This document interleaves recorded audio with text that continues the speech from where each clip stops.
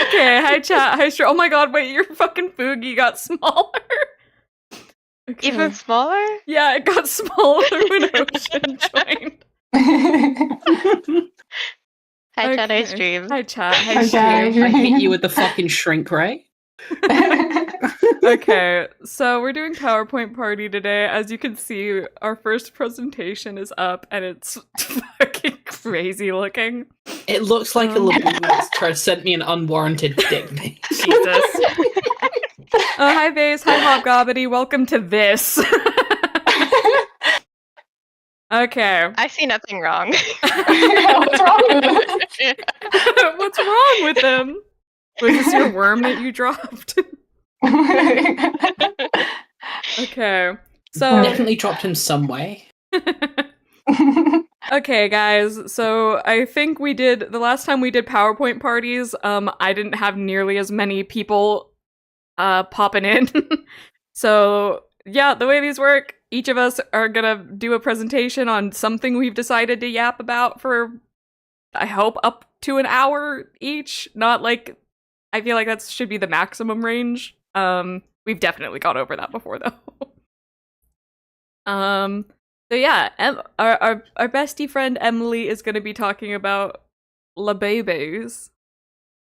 Alrighty, hello everyone, and I hope you're ready to learn about Labubus. So, we all know Labubus, right? You know, you go to your local scalper, you pick out one of these old guys. The Labubu storefront. Little boo-boo storefront, which I tragically learned actually you cannot buy them at the store. You have to buy them online. It was very embarrassing. Wait, that's a real thing you've been to? Oh yeah. Okay. So I went to the store where they sell Labubus, like legit Labubus. I'm like, hi, I'm looking for that little guy with like the little bunny ears, like I was asking for Coke, and the lady gives me like a are you dumb kind of look, and she's like, oh, those are online only. I'm like, oh, okay, thank you, and I fucking ran out. So unless you like buy from like a shady like scalper little thing, yeah, they're online only. That's really funny. So you can attach them to your bag. They're like a little keychain. Show them off. You can dress them up. Display them however you want. You can dress them up. You have a little doll. They're pretty cute. Pope. Oh my god! At the end of the day, they're just like a little doll. But really, we have to ask ourselves, how did Labubu come to be? Where did Labubu come from? Was it a demon from hell? Well, yes. I have the answer. So, in 2015, Kasing Lung creates the Monster Trilogy. This is 3 storybooks about the monsters, and one of which is Labubu, as you can see on the cover. Then 2019, Kasing Lung makes a deal with Pop Mart. They start making the little Labubu dolls. 2024 to 2025. This is Labubu world domination. So Labubus pop the fuck off. Everyone's buying a Labubu. Everyone needs a Labubu. You cannot buy Labubus at the store. You cannot buy them online.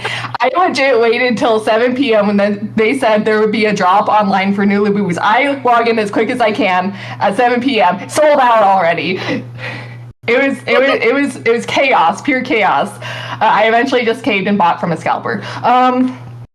Late 2025, like 2026, everyone kind of chills out. Everyone's back to normal. You can now just buy a Labubu the normal way. They had their time, and they're just back to being kind of like little guys.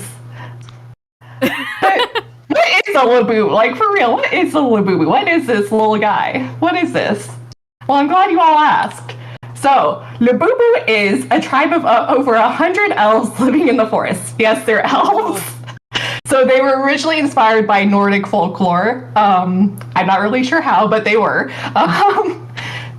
So they're kind of like mischievous, yet kind little guys. Also, they're all girls. Okay, they're all girls. Labubu Yuri? Yeah, so a lot of Yuri's going on. So I was a little confused. I was legit crashing out for like a whole night, figuring out like, because I originally thought Labubu was like a Hello Kitty kind of thing where there's just one Labubu and they just dressed her up like in a bunch of different ways. So that was according to a random Redditor. She was just a Labubu, like one Labubu in the storybooks, but then they kind of expanded on the lore and made like a whole bunch of Labubu. So when someone says Labubu, they can refer to all the Labubu. They can refer to like just a single Labubu or the whole Labubu tribe, because there are other like non-Labubus in the Labubu tribe. It's a little confusing. Take a shot every time you hear the word Labubu in this shit and you will die. So there's really there's a poster child for the Labubus who's actually named. Her name is Labubu Freckles. You can see by her little freckles right here. She's only named one, and the rest are just like, I guess there's just 99 other Labubus or something. It's like a Smurf thing, I guess. So that's kind of like where Labubus are. Just little forest elf girlies living their best lives with some Yuri on the side. It's giving if like Moomin was fucked up and evil. So then we have Zamomo. So Zamomo is Labubu. so he's a little different from the normal Labubus. So he's Labubu Freckles' older brother. He's the only dude there, and there's just one of him. There's not like a whole bunch of him. There's just Zamomo. So he's kind of distinguished by his little dinosaur tail. He's larger than the other Labubus. And yeah, like I said, he's the only dude. So he claims to be the leader of the monster, so I like that they say that he claims to be, so they're just like, yeah, we just let him do his thing. Like, he thinks he's the leader kind of vibe is what I get. The one dude of the group of women thinks that he's the leader. Yeah, so it's very accurate to real life, actually. So he's adventurous. He's just kind of there. Thinks he's leading them. He's a little dumb about it. And as you can see, he also has the little freckles, like Labubu Freckles. I thought that was a cute little detail. The next is baby girl Makoko. Okay, Makoko is girly pop to the core. She is so fucking cute. I love her so much. Born with soft pink fur, long eyelashes, heart-shaped nose, and a white belly, Makoko is obsessed with beauty and loves to dress up. Pink and bows are her favorite go-to fashion choices. Oh my god, I fucking love her. Go off, queen. She's so real for that. So there's just one of Makoko, as far as I know. I don't know, there's like 100 fucking Makoko or something. So she's very similar to Labubu, but she has a little heart-shaped nose, which is just so cute, and she's always pink. That's like her thing. So there are more characters. I'm just going to speed run through them because honestly, there's not a lot about these guys. Also, there's not even like, there's not a lot of merch. Labubus. Yeah, so these are, so the Kawawa is in the Labubu tribe. The rest of these guys are just kind of like in the Labubu expanded universe, if that makes sense. In the Monsters like series. So Kawawa is, so there's multiple Kawawa. I don't know why there's multiple of this guy, but there is. So they're kind of like the tsunderes of the group. They're just kind of like, they're like, Then we have Yaya. Minecraft villager? Yeah, they give a little bit Minecraft villager vibes, I'm not gonna lie. Then we have Yaya. Yaya is a little horned elf guy who kind of like made friends with all the Labubus, and now he's just like kind of friends with them. Then there's Pippo, or Pippo, I'm still not sure. Pippo is basically a party hard guy. That's kind of like what he does. That's pretty much it for him. Yaya was doing the autistic raptor hands. Yaya kind of have a vibe going on. So then we have Spooky, a little ghost fellow. Pato, another weird little elf guy. He's just a little guy. And then Puka, kind of something crazy going on. I don't know. Honestly, there's not a lot about these guys, but I thought to include them just to cover all our bases on the Labubu expanded universe. So then there's Taikoko. Okay, we need to talk about Taikoko. This is Labubu Freckles' boyfriend. So he evolved a skeleton-like look to avoid predators. He's actually a shy and gentle vegetarian who lives on plant seeds. Oh my god, shut up. I fucking love him. He's just a little guy. Wait, is he also a Labubu? So he's not a Labubu. He's like, I don't want to say an elf either. They don't really talk about what he is.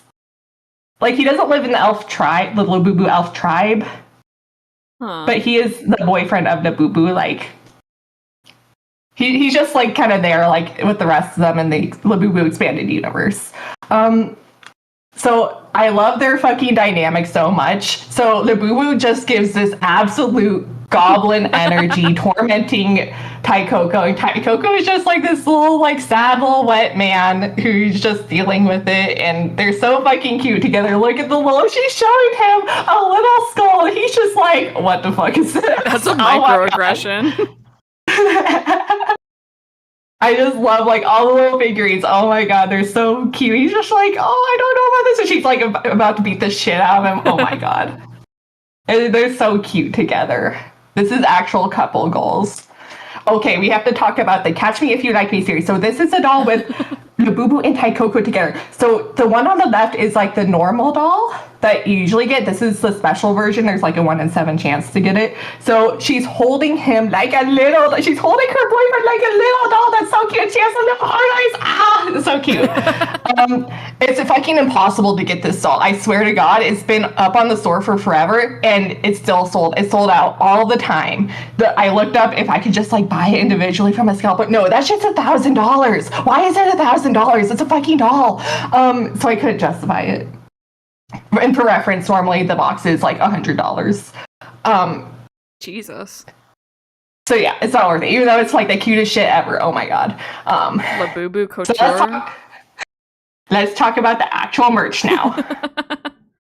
So there's a lot of merch with Labubu. So you got like stickers. You can get like, you know, little figurines and whatnot, a little cup or something.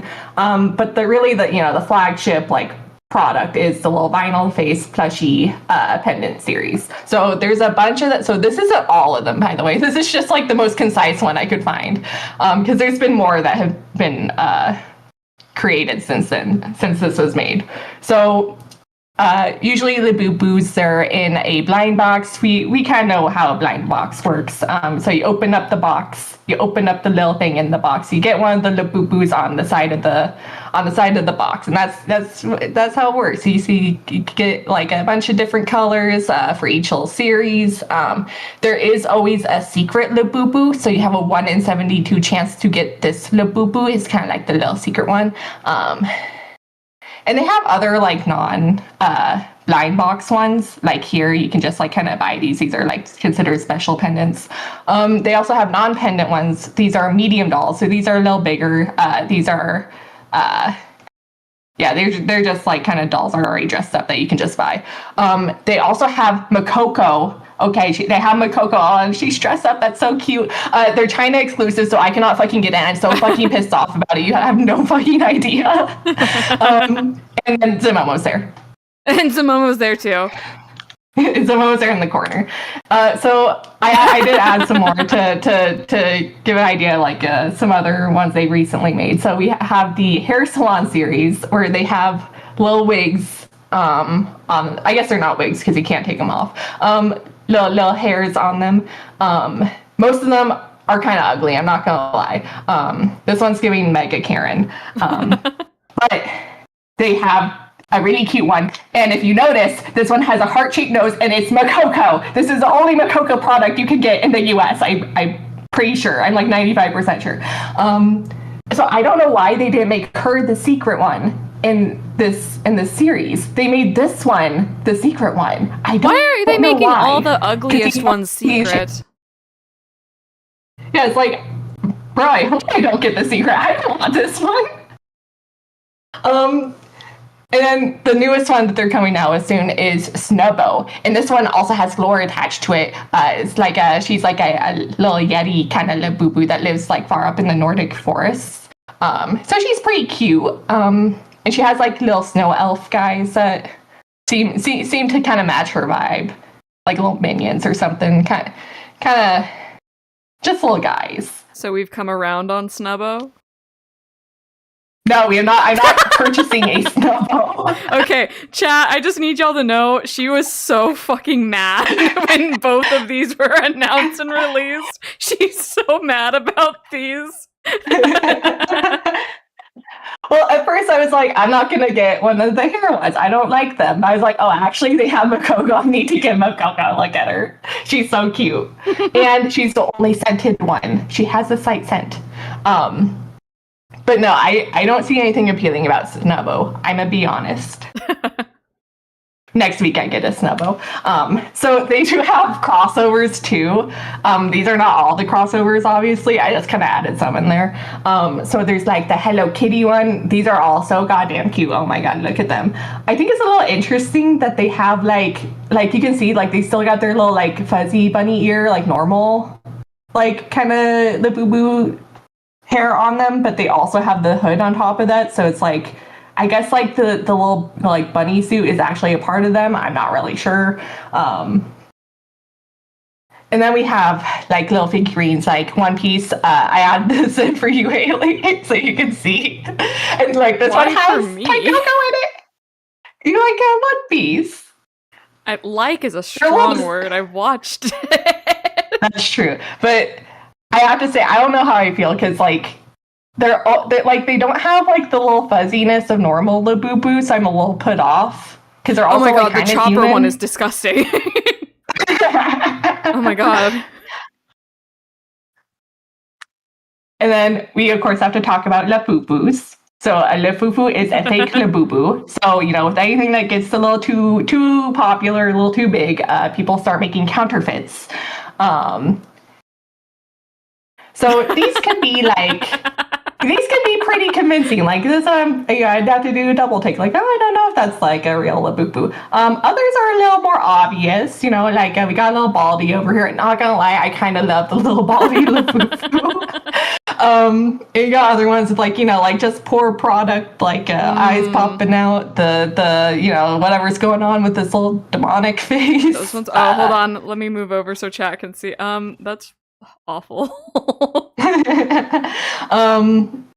And they can have like, you know, they have like normally a QR code to verify their like legitness. They could have fake QR codes. They could have the little fake pop mark stamp on the bottom. Yeah, it's just something to know if you ever want Labubu. Labubu expanded. Okay, so there's not just dolls. There's more about Labubu. So there's a theme park in Beijing, China called Popland. So this is like, it kind of covers like a bunch of like different Pop Mart kind of stuff. Like if you know like Molly, they have like Molly stuff there and whatnot. So it's kind of like what I imagine like Disneyland is, where you know they have a little Adventureland, they have a little Futureland or whatever it's called. So they have the Labubu forest there with all the little Labubus. So yes, I took this off of Shutterstock. Don't at me. So from what I've seen, there they have like little Labubu shows, or you know, people like act out stuff.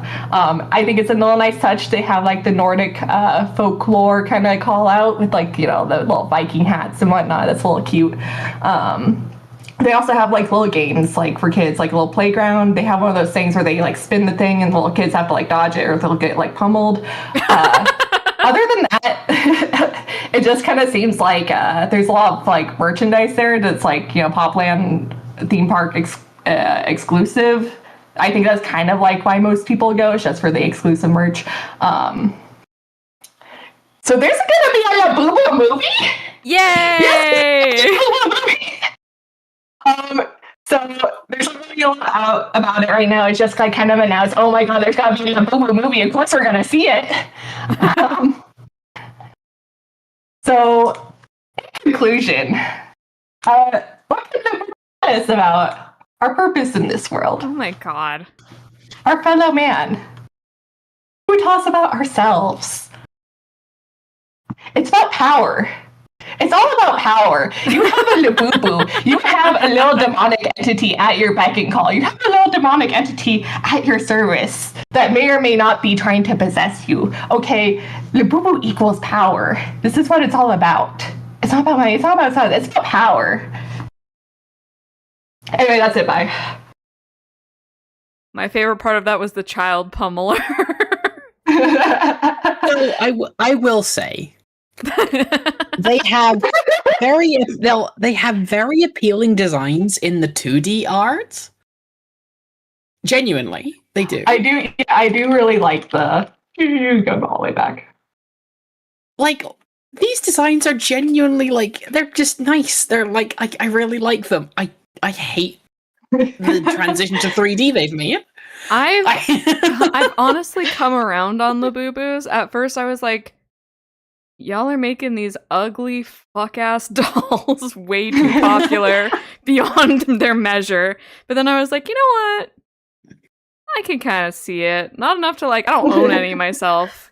But like, and I certainly wouldn't own, like, I worked with some girls who owned like 10. And I'm like, I feel like that's too much. Like, I also, my thing with the blind boxes is that like, they can promote overconsumption stuff. And like, what if I don't want one?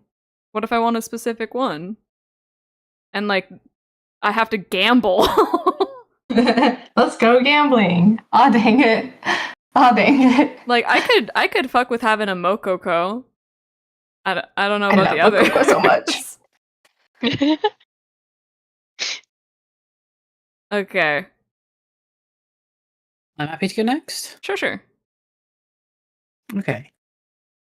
So, Here, do I have can you to... share your- I'm hoping that once you share your screen, it'll just pop up and I won't have to frickin' turn this on and not back off every time.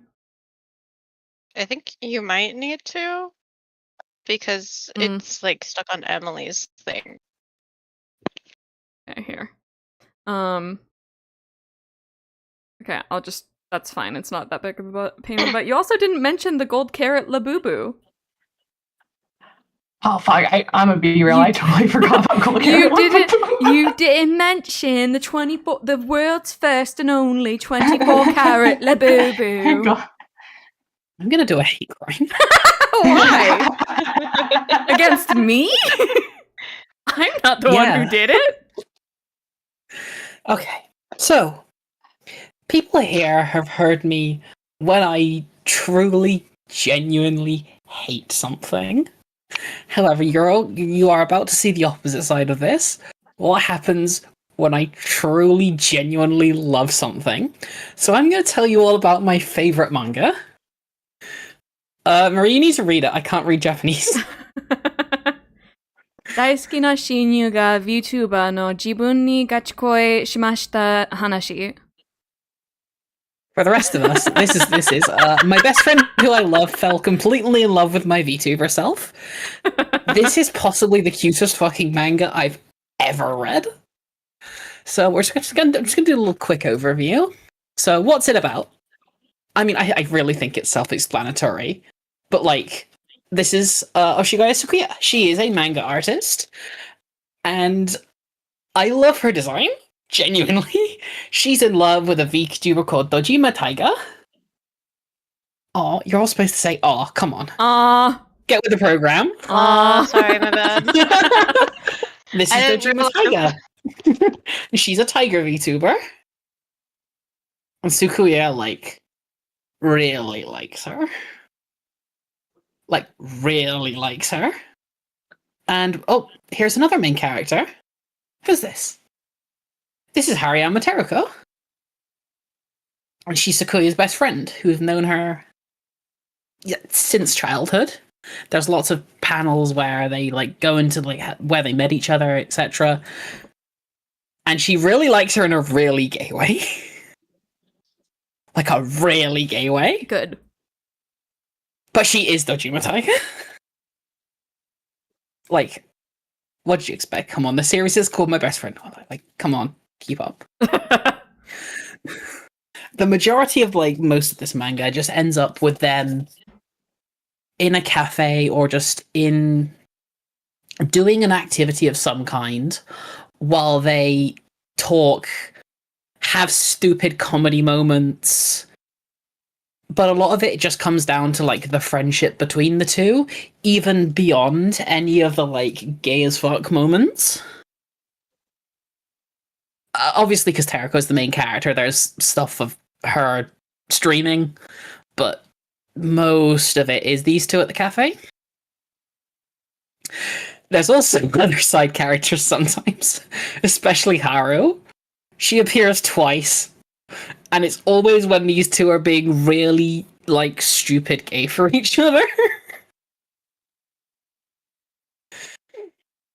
This is a webcomic. Like, it stylizes manga, but there's been something that's been a little bit off about this series that, like, I think you probably noticed it because you're all clever. I think I know. I think you all noticed it. But their eyes are the only color used, and there's a little detail that they've got the same eye color as well. So sorry. Wait. Go back to where they have their eye colors. No, the one before. The one where it's the blue and the red. Okay, so this is a reincarnation of the red versus blue girls from the one you hate. What? There's that book where one of them's red and the other one's blue, and you hate it so bad, and you did your last presentation on it. Fuck off! I will hate crime you. I will fly over there, and I will hate crime you. Don't you ever compare these to the fucking Out of Lose the Time War, you bitch. I'm gonna puke. So at this point, I was rereading this series. I genuinely just got fully distracted and read through the entire thing again at this point. I did this at work, and I got in trouble for it. Oh my god, you got in trouble. Each chapter is maybe like 2 to 5 pages at maximum, but genuinely the amount that the author manages to fit in like every single chapter is just it's incredible. The person they're so talented, and I don't just say this about like anyone. They're so talented, and that kind of just means I can't show you a lot because I kind of want you to experience it yourself. And I will drop a link to the series in the chat at the end of it. Send you a virus. Yeah. And I really hope I've managed to kind of show you what I love about the series. And I want to leave you on like my favorite panel from the series. Fuck, I need to get this up. Allow me to tell you why you returned, passed on. Why this world is blessed. Why tomorrow, yesterday may not have been. I shall tell you everything, not... Nice try, bitch. We're going to talk about psychological horror now. Time for the fucking second one. What? Aw, oh, come on! So this is another manga that's, like, reached out and grabbed me by the throat. And I went to it a little bit. I need another Japanese. Oh, fucking okay. Another Japanese reading again. Kaibu Emken Waishi no Kai Gensho ni tsuite. Or Paranormal Club on the supernatural phenomena of M Prefecture's Y City. Also, guys, this bitch lied to me. I've been got. You fucking devil. Got you. You've been sent from hell to torment me. I was like, I did the fucking video essay thing where I'm like, oh, they're kind of she's bringing this to a close kind of soon. I know there's more slides than this, fucker. So I'm just going to go over like maybe the first chapter or two. It starts with our protagonist, Sakuraba Sakura. She's moving to a different city and she's going to buy the train ticket. The tickets are kind of has a reaction, as you can see. Oh, all of her classmates treat her like shit and have weird, fucked up names as well. It's here's a little selection of the kind of names that they have in this city.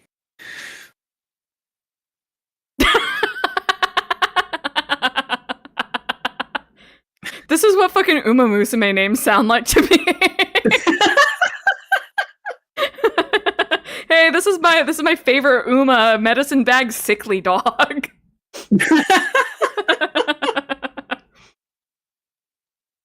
So, but you know, it's the stereotypical thing. New person comes in, everyone treats them like shit.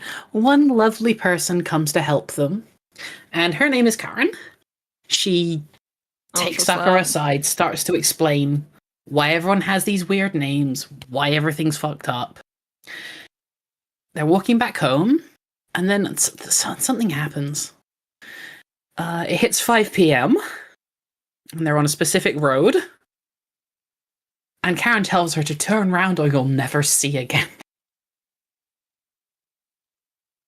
She explains while this is happening that the town is cursed. The children can't leave. And spectres are drawn to Yumachio. Once they get past this one sort of stretch of land, the town... Sakura kind of believes it at this point. The town's cursed. And you've got the whole usual, oh, you're my first best friend sort of thing. So Karen decides to give her a demonstration that you just can't leave. So she gets the train and is immediately back in Yumachio. A few hours pass and she's at home when she sees a spectre that looks a bit like a ticket conductor. And it's searching. Here's where we meet the other main character, and the very obvious love interest. Ando Anzu. She's a giant nerd who's trying to be cool. Oh no, she's giving opera O. In the first scene that you meet her, she's smoking some incense. And she just gets called out about it immediately. There's a little expedition dump. And then they do the very typical anime, manga, shoujo. I'm going to look directly at the camera and tell you why I think I'm doing what I'm doing. And Sakura is moved by it because, you know, that's what happens. This is the story. Come on, keep up. So they both go to confront Karen with the news of what's happened, because Karen tricked her. That bitch. Yeah. Wow, kind of like what you did to me. So what if I did? If you offer someone else as a sacrifice to the spectres, you can then leave the town. And so Sakura is just prey to the people of this town.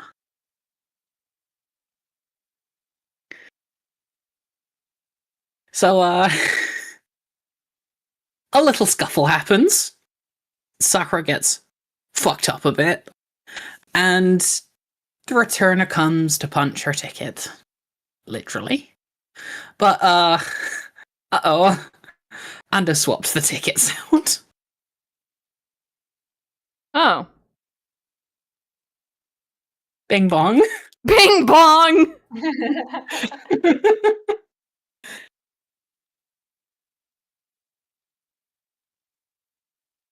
Each of the kids in this town does have their own dreams and their own sort of hopes. But they can't leave. And every one of them has reasons for what they're doing. Even if it is functionally sacrificing others to the spectres. And we have the anime moment. But she can leave now. This is just a little taste. There's a lot more to go. But what I want to do here is genuinely this time. Well, it follows a Monster of the Week structure. Ando and Sakura kind of come up with or find what's happening in the town and deal with it, find out who summoned it, work within its rules to dismiss it, etc. Oh, also, every single character in this first kind of introduction where it was showing everyone's fucked up names, they become the main characters down the line. So almost everyone here you will meet later on in the series, and I don't think I've seen another series do that, but it's really cool. I genuinely can't recommend this series enough. I'm being a bit vague with the later chapters, just because it has me by the throat. Like, I picked it up because I was just scrolling through manga decks, looking through the Yuri tag, full honesty. Hey, as we do. Looking for something that isn't shit. Ugh, so true. There's not a lot of that. No, there's not. And this one kind of stuck out to me because it had the tag psychological. And I'm like, oh, that's for me. And the art does look amateurish, and I will completely admit that. I was going to give it like a chapter or two of grace. And then I kind of kept reading and I'm like, okay, this is really good. This is really good. But I want to leave with you the part in the chapter that stuck in my head and made me realize just like how much of a fucking vice grip this series had me in. And that is the death of Ando Anzu. Is that raw meat girl? Or no, that's this girl. Nope. So this is chapter 5-6. They go on a date to the circus. The ringmaster brings up the freak show, and Ando's just literally just sitting there, just going like, "Oh yeah, they're hiding her head behind a mirror." To every single thing. It's a circus. It's a fucking date though. Like, it's not subtle. It's a date.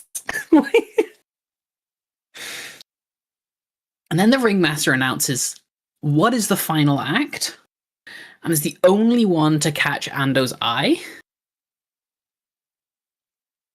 I'm not going to say it on YouTube because you doesn't like that word. The AI will turn off my channel permanently. Yep. But Ando just cannot work out that. She can't work out the trick behind this one. It seems real. So she goes off alone, investigating by herself, without Sakura around. Yeah, it's real. The entire circus is specters, and they've been kidnapping people from each town they go to, and serving up a local as the Joe Kid. And now it's Ando's turn.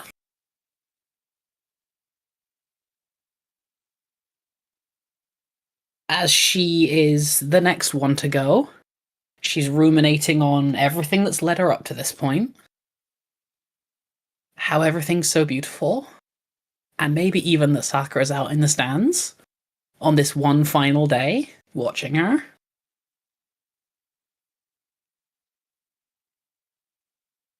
And then it happens.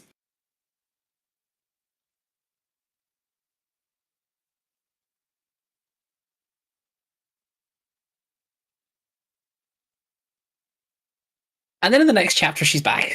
Oh, what? Yeah. I was reading this. Yeah, I was like reading this as it went live. Chapter 6 drops. The main character dies. And they left it on a cliffhanger. And this is the next panel of the next chapter 5 days later. That's actually so fucking funny. they swapped her. They fucking they doppelgangered her. She Jesus. And so they work out that this is just another side effect of what the hell happens in this town, because she takes notes every single day, and now there's a week missing. So something's gone wrong. The real thing that I want to say is, in the end, is give indie series a chance. Like, there is a lot of very hyped up, super pushed manga series out there, and a lot of them are quite shit, quite frankly. As soon as a new, like, big name of a series comes across any sort of media, I'm kind of immediately just like, so what kind of slop is it going to be this time? There's so many really, really good indie series out there, and go find them. Give them a try. I'm going to put a link to both of these in the chat in a second, and I really hope you give them a try. Thank you. I'm not sorry for tricking you. Yeah.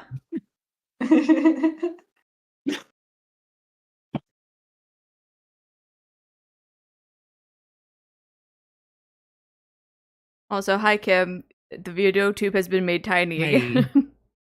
Hello, Kim. Oh, Hello. There you Video go. tube's been made tiny again. Not the video tube, the Fugi. Mm. Okay. Boobies.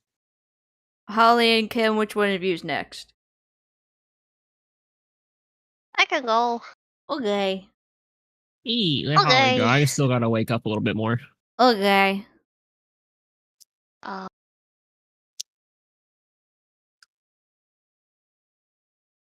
Okay. And then I'll round I us almost up. turned on my real camera. Don't do, well, that actually wouldn't have happened. It wouldn't have done anything. I turned the thing off first.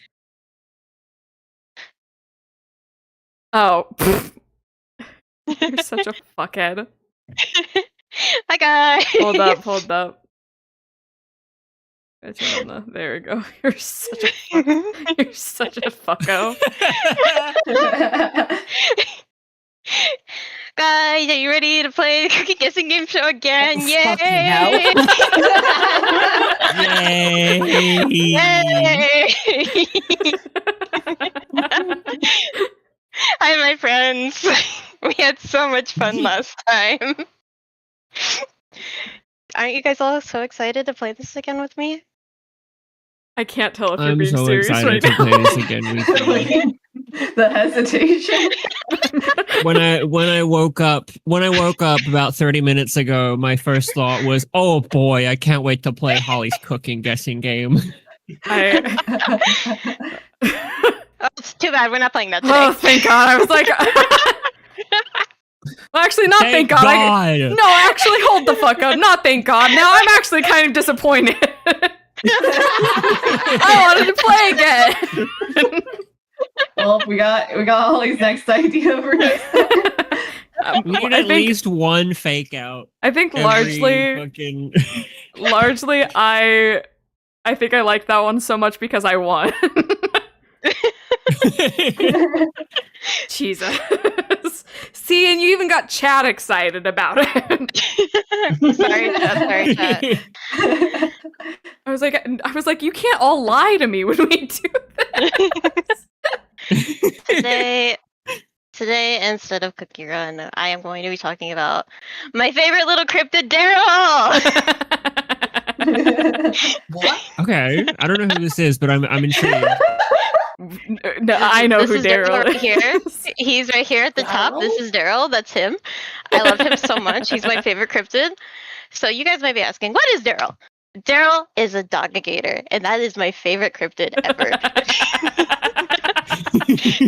Now you might be asking, what is a doggigator? Well, a doggigator is a half alligator, half dog, and fully adorable little river cryptid from Louisiana. He resides in the Abita House of Mystery. What I have in the background of this thing is someone like hand painted of the Abita House of Mystery. I was gonna put a real picture, but it didn't look as aesthetic. And then he guards the museum's interesting collection of antique barbed wire. Oh, What? okay.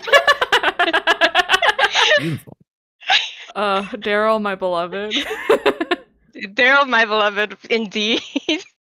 Chat, just go He with gets it. his own little house and he has his own little food dish. He's also in Louisiana's Great American Alligator Museum. So he's in 2 museums, chat. 2 museums. He's that famous. He's that good. He's that girl. Now, you may wonder, how did I even discover Daryl? How did I find out about this guy? I was looking through cryptids.fandom, aka Cryptid Wiki, and I was looking through a giant list of cryptids at one point, looking for one that I potentially wanted to model a PNG tuber after a few years ago. And I came across him, and I instantly fell in love. You may wonder why I instantly fell in love with this guy and why he instantly rose to my top favorite cryptid ever. And to you, I just say, look at him. Fucking look at him, please. Look at him. Look at him. He goes, ah. He goes, ah. I love him. I love him. He brings me so much joy, and I think you guys should love him too.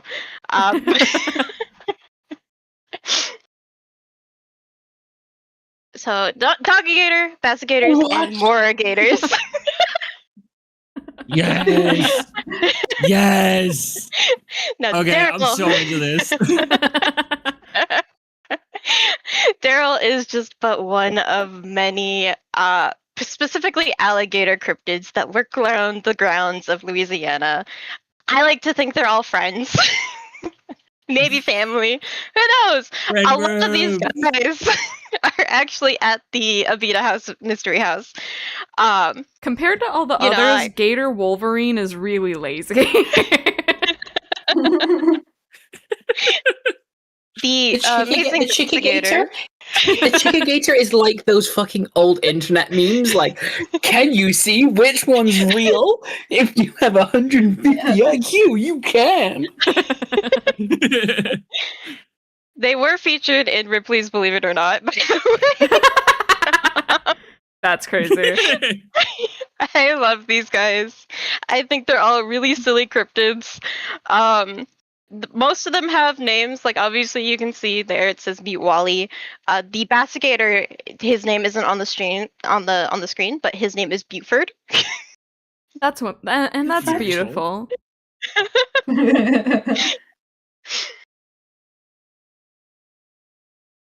So this is just some of my favorite pictures of Daryl. And I mean by some of them, I mean like all of them. I love Daryl so much. He is just so extremely silly to me, and I can't wait to see him in real life one day. I found this out guy recently. is so fucking animal. He's so good. I love him so much. He's so animal. I'm enamored by him.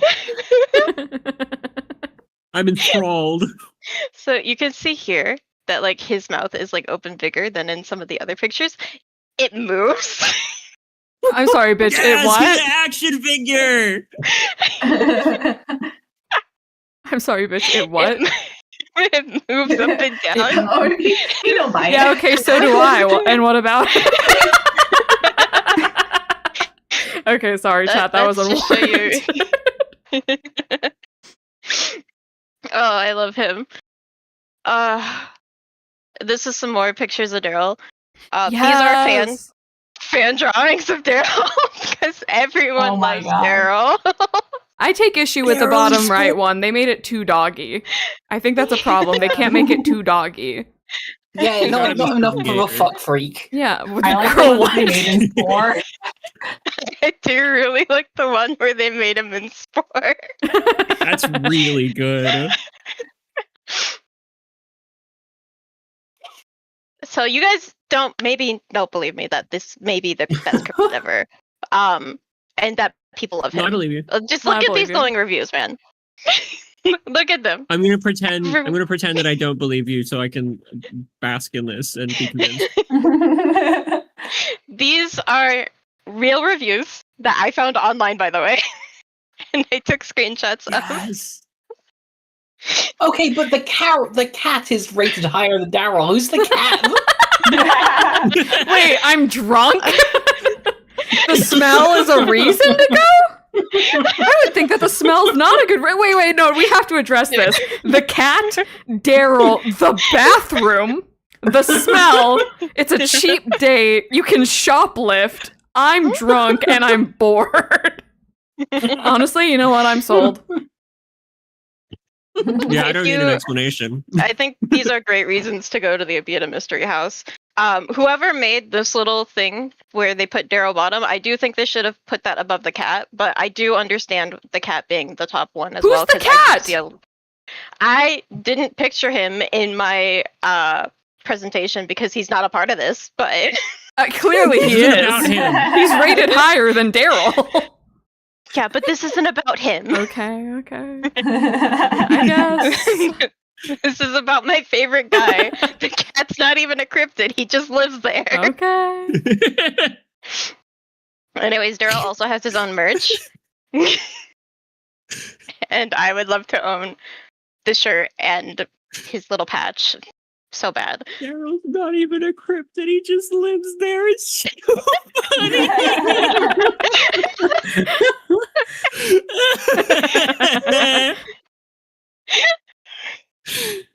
Oh, I'm so endeared by this freak. Can't pet that dog. That's a chat. Oh, okay, that's it. That's my whole presentation. Oh, damn. There's not a lot going on with Daryl. Okay. I love him a lot, though. Your presentations are always a treat. This was really good. I have never been so thrown in my entire life. It's Do you guys just have any Daryl. questions? I've been Yes. Who's the thrown cat? and Yeah, I've who's the landed cat? on my feet. Oh my gosh. Hold on. Let me pull up a different thing so I can bring it onto my screen. Rocky in chat just said, "Isn't this why we live?" That's so This true. is why we live. It's the whimsy. This is why we live, Rocky. You're so right. You're so right. You're the for most valid person in chat right now. that. They take turns. Okay. How do I... I guess you guys can... How do I fucking get out of my PowerPoint? Thank you. Oops. Wrong thing. Hold on. I'm brown. Please hold. There we go. Cat. There it is. Cat! Oh, that's a good cat. That's a good cat. He's apparently very loving. I've seen a lot of pictures Oh. of people just patting him and loving on him. He is a good little guy, I'm sure, but it wasn't about him, so... Okay, It well, wasn't about him. we cared. We care about him. So when's I'm not Daryl saying- Cookie? I don't Daryl care. Daryl Cookie! I was hoping Daryl was a cookie, though. Yeah. No, he was just my little freak of a favorite cryptid guy. Okay, Kim, what are you showing us? Okay. A guy. Um,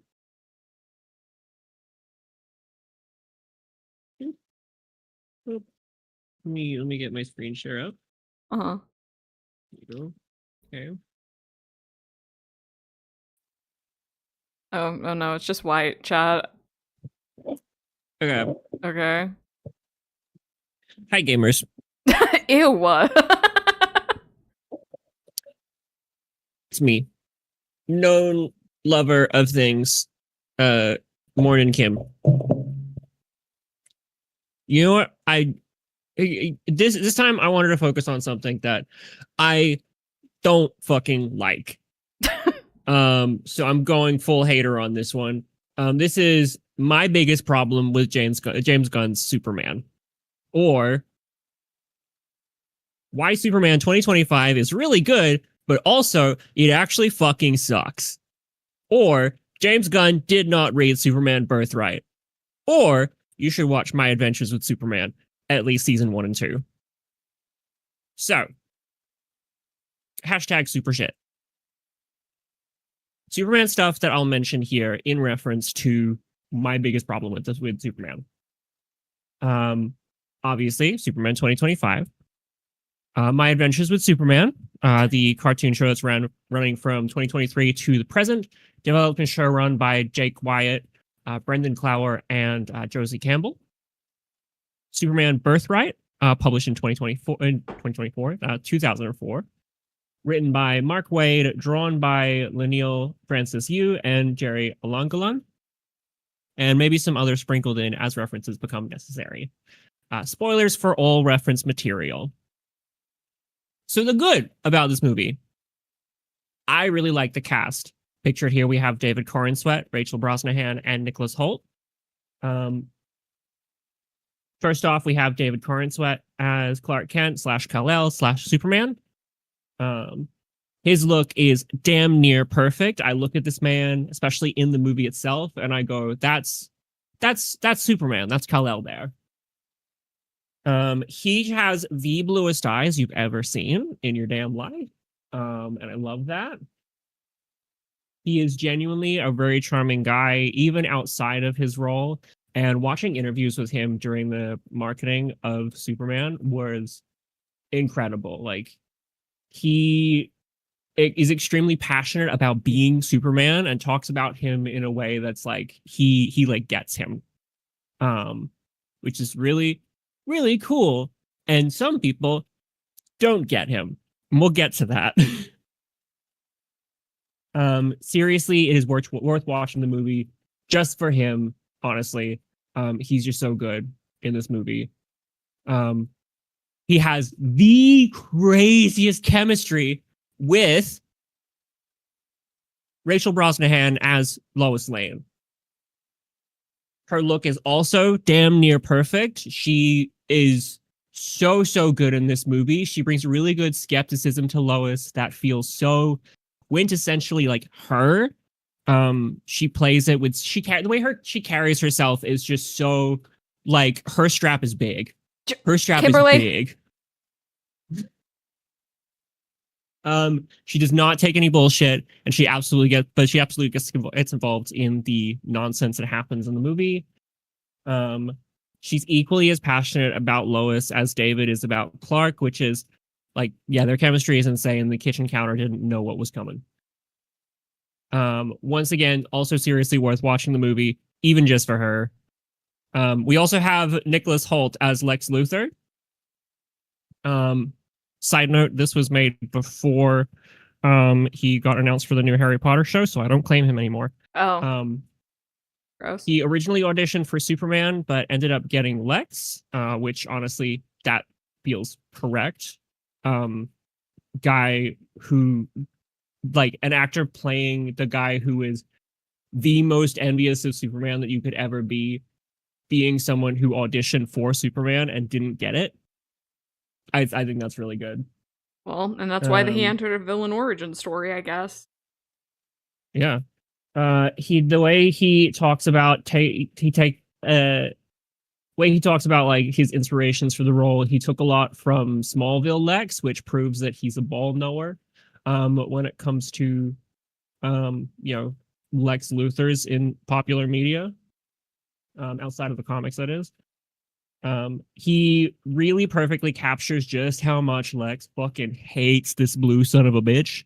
Like, he plays both the skeevy billionaire Lex and clinically insane supervillain Lex to such equal degrees, scene to scene, that it's just a joy to watch.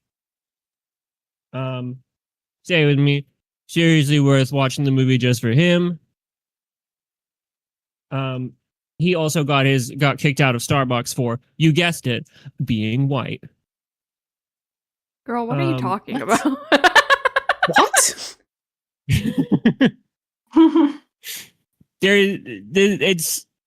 It's a reference. There's a video of a bald guy who like has I heart eating shit on his forehead, and he walks into the room and is like, well, guess who just got kicked out of Starbucks for, you guessed it, being white.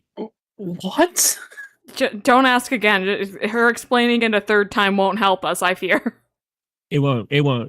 Anyway, another notable cast member is Eddie Gathegi as Michael Holt / Mr. Terrific. actually the coolest guy in the movie. Like, actually, probably the best non-Superman character here. He has one of the best action scenes, some of the best lines, and truly is just an all-round incredible performance. He's like pretty much behind like Clark, Lois, and Lex. He's like the fourth most important character. He even looks sick as fuck after being thrown through a window by a super dog. We'll get to it. Broken record, but also genuinely worth watching the movie, if only just for him, because he's that good. It is fucking criminal that he has not had a spin-off or like a solo project announced at all. James Gunn, when I find you, but honestly, him and the Justice Gang are like a highlight in general. I do really like them in the movie. Everyone else is good to great. Sorry, hang on. There we go. Everyone else is good to great. Truly, I don't think anyone in this movie is like bad in the slightest. Cast wise, at least. So another good thing, the interview scene. But you'll see. We'll talk about it when I get to the synopsis. Enough praise, though. I have thoughts. But first, the mid. We have Ultraman and the Engineer. These are our two villain sort of henchmen in this movie. They are the main enemies that Superman will fight. The Engineer is made up of nanites that Lex basically injected her with, so she can manipulate them to make her body into anything she wants to, which like mostly involves like saw blades and like big weapons that she uses. We'll get to what she does with those later on. Ultraman hits light switches. But otherwise is he's in class big, that the he's teacher's strong. always telling to go turn on and off the lights. Pretty much. He is like very, very strong, but he's also Lex's like fucking lackey that does whatever he wants him to do, whatever. Ultraman is basically here so that Superman has someone that he can punch at full strength. Engineer is here to set up a movie that isn't happening anymore. Specifically, the Engineer was introduced into this movie because she was going to have a major role in a movie based on the Authority comic book series, which is no longer happening. So her character here is pointless, which not pointless within the movie itself, but pointless within the greater universe of the DCU, which is currently crumbling. But we're not going to talk about that because this isn't about that. Honestly, they both share the same purpose, which is to be superpowered goons that Lex can send out to beat up Superman, and that Superman can then beat up in turn. Not a good or a bad thing, which is why they're in the mid. Though if we're being for real, they should have been like any other characters, including like actually Superman characters. Could have been like Metallo and Mercy Graves, or like Parasite and I don't know, Cyborg Superman. I don't know. Point being, Ultraman is a creation original to this movie, like taking inspiration for a lot of other Superman characters. The Engineer is the Engineer. She's an Authority character. She's not a Superman character. And then another mid thing is Clark/Superman as a character in the movie. He is low-key boring, but with some good moments in there. He's essentially Potential Man. Where people will continually talk about how he could develop, how he could be improved on in later movies, and it's like, okay, but he's kind of got to be good in this movie too, which he is not. He's good performance-wise, he's not good character-wise. Is that a Jujutsu Kaisen character? Yes. Okay. However, my problems with him overall stem from the big one and require we move on to a synopsis. So, what happens in Superman 2025? We open on various shots of Antarctica, where we get a little title crawl, little Star Wars title crawl that says, 3 centuries ago, the first superpowered beings known as metahumans appeared on Earth, ushering in a new era of gods and monsters. 3 decades ago, an extraterrestrial baby was sent in a spacecraft to Earth and adopted by Kansas farmers. 3 years ago, the baby, now grown, announced himself as Superman, the most powerful metahuman of all. So I guess Superman was just like, Clark was just like lazing around for 27 years, not doing anything until he went, I think I'm going to be Superman. Which is stupid. It's boring. I hate that. 3 weeks ago, Superman stopped the country of Baravia from invading Jaranpur, sparking controversy around the world. Essentially, Baravia were trying to invade Jaranpur to colonize them pretty much. And Superman went, that ain't cool, and stopped them.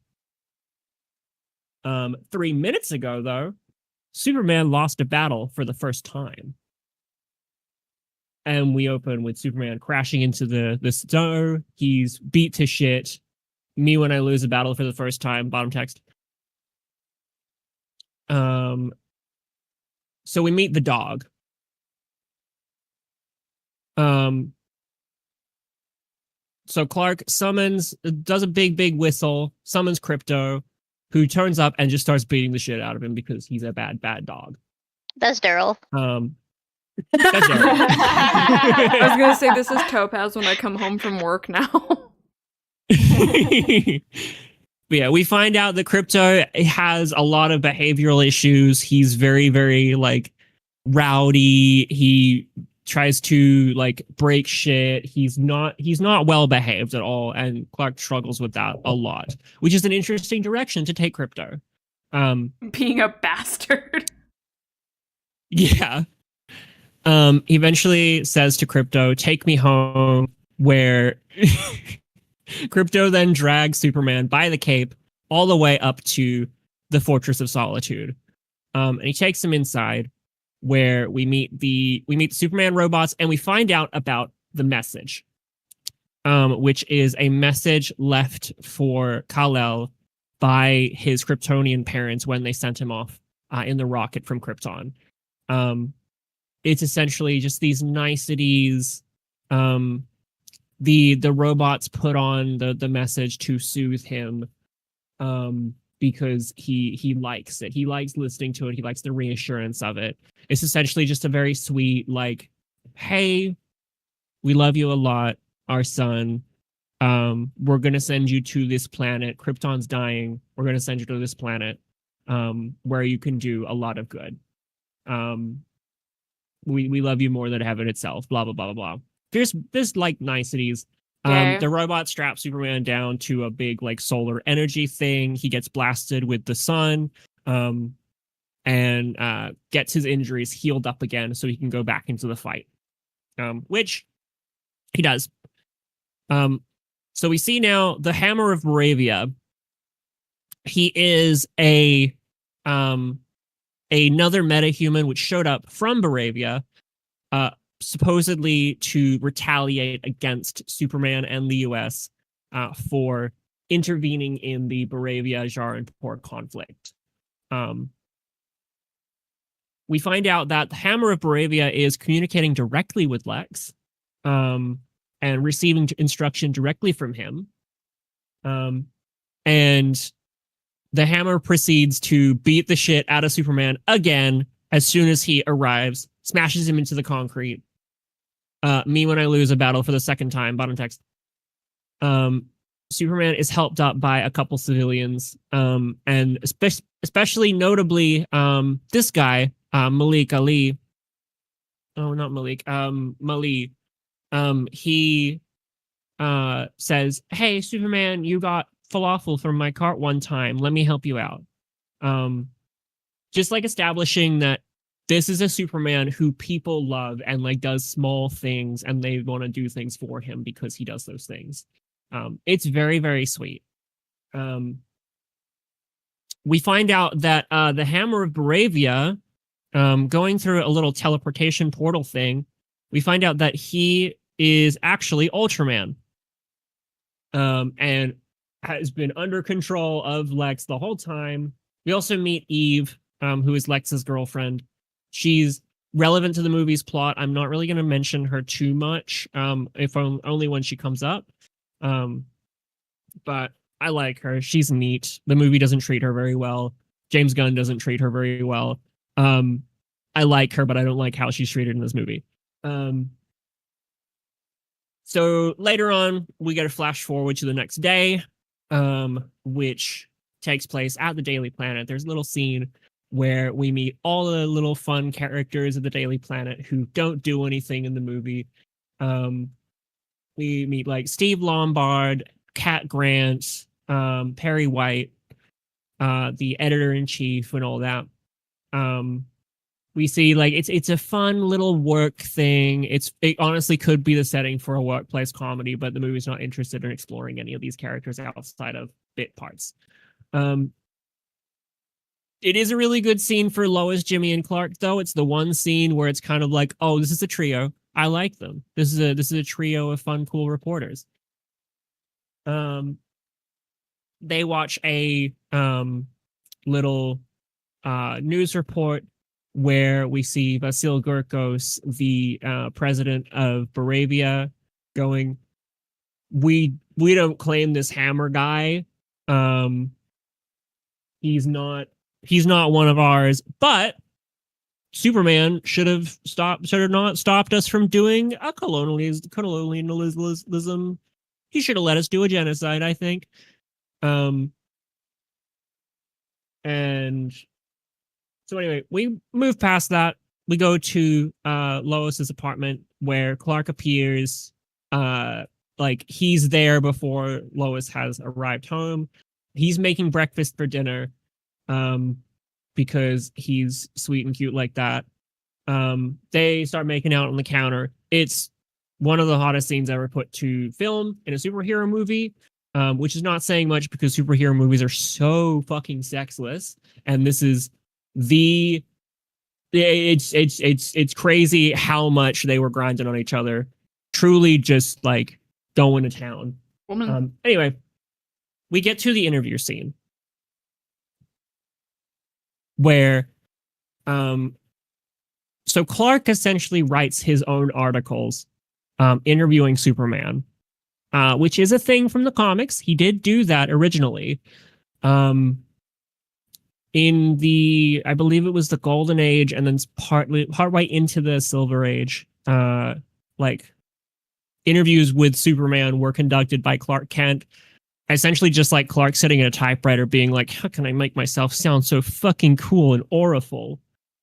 So Lois is like, I could like give you an interview or something. And he's like, yeah, you could for sure do that. And she's like, wait, you for real? You would let me interview you? And he's like, yeah, definitely. Thinking it's like a cool little role play thing. So they sit down for the interview. And Lois immediately like hits him with the, hey, so you intervened in a war. Thoughts? And Superman's like, well, I stopped people from dying for one.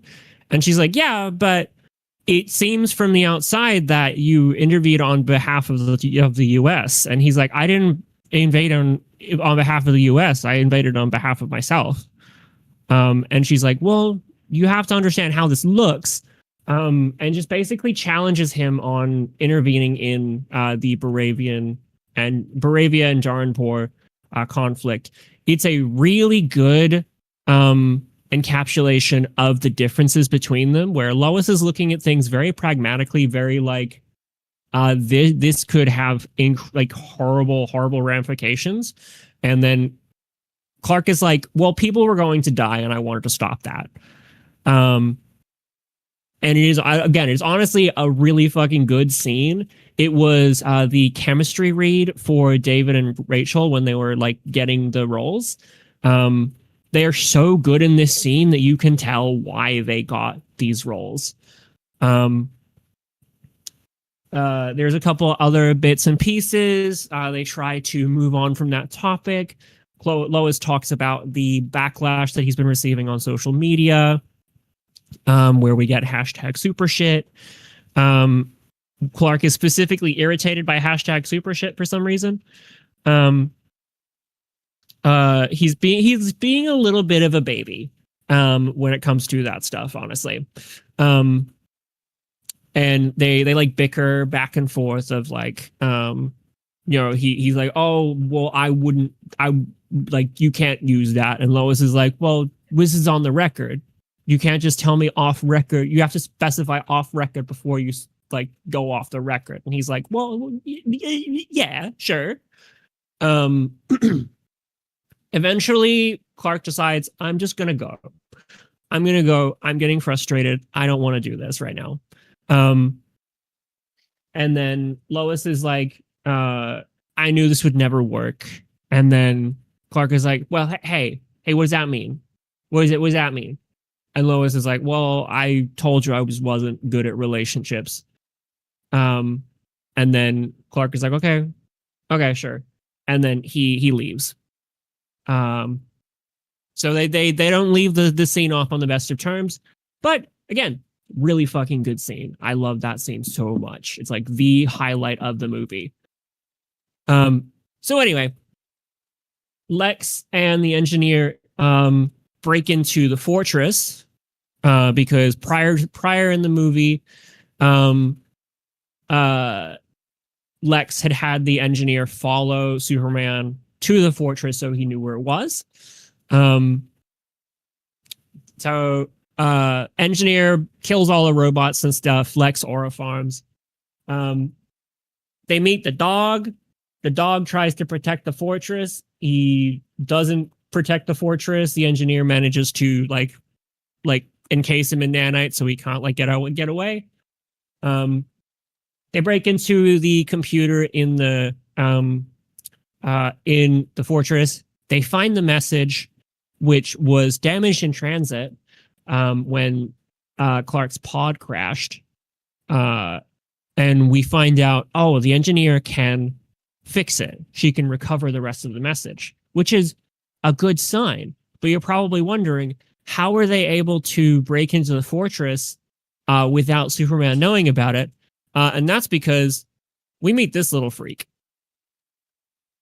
Who That's is me! a he's a funny little monster guy who Lex like unleashes on the city to distract Superman. He grows up into a big kaiju that Superman starts to fight while also saving civilians.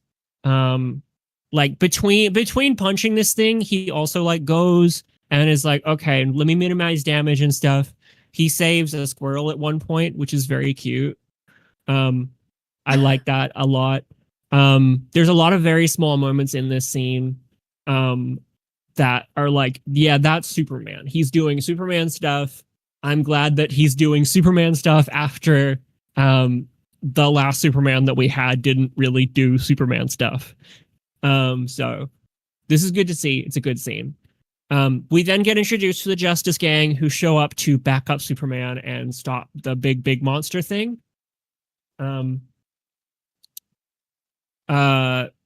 Terrific goes over to Superman and is like, hey, what's going on? And Clark's like, oh yeah, this guy, I'm trying to like get him. I'm trying to like stop him peacefully. I'm trying to like figure out a way to kind of get him away from the populace. And Mr. Terrific looks at him like this, and then tells the others to go for its eyes.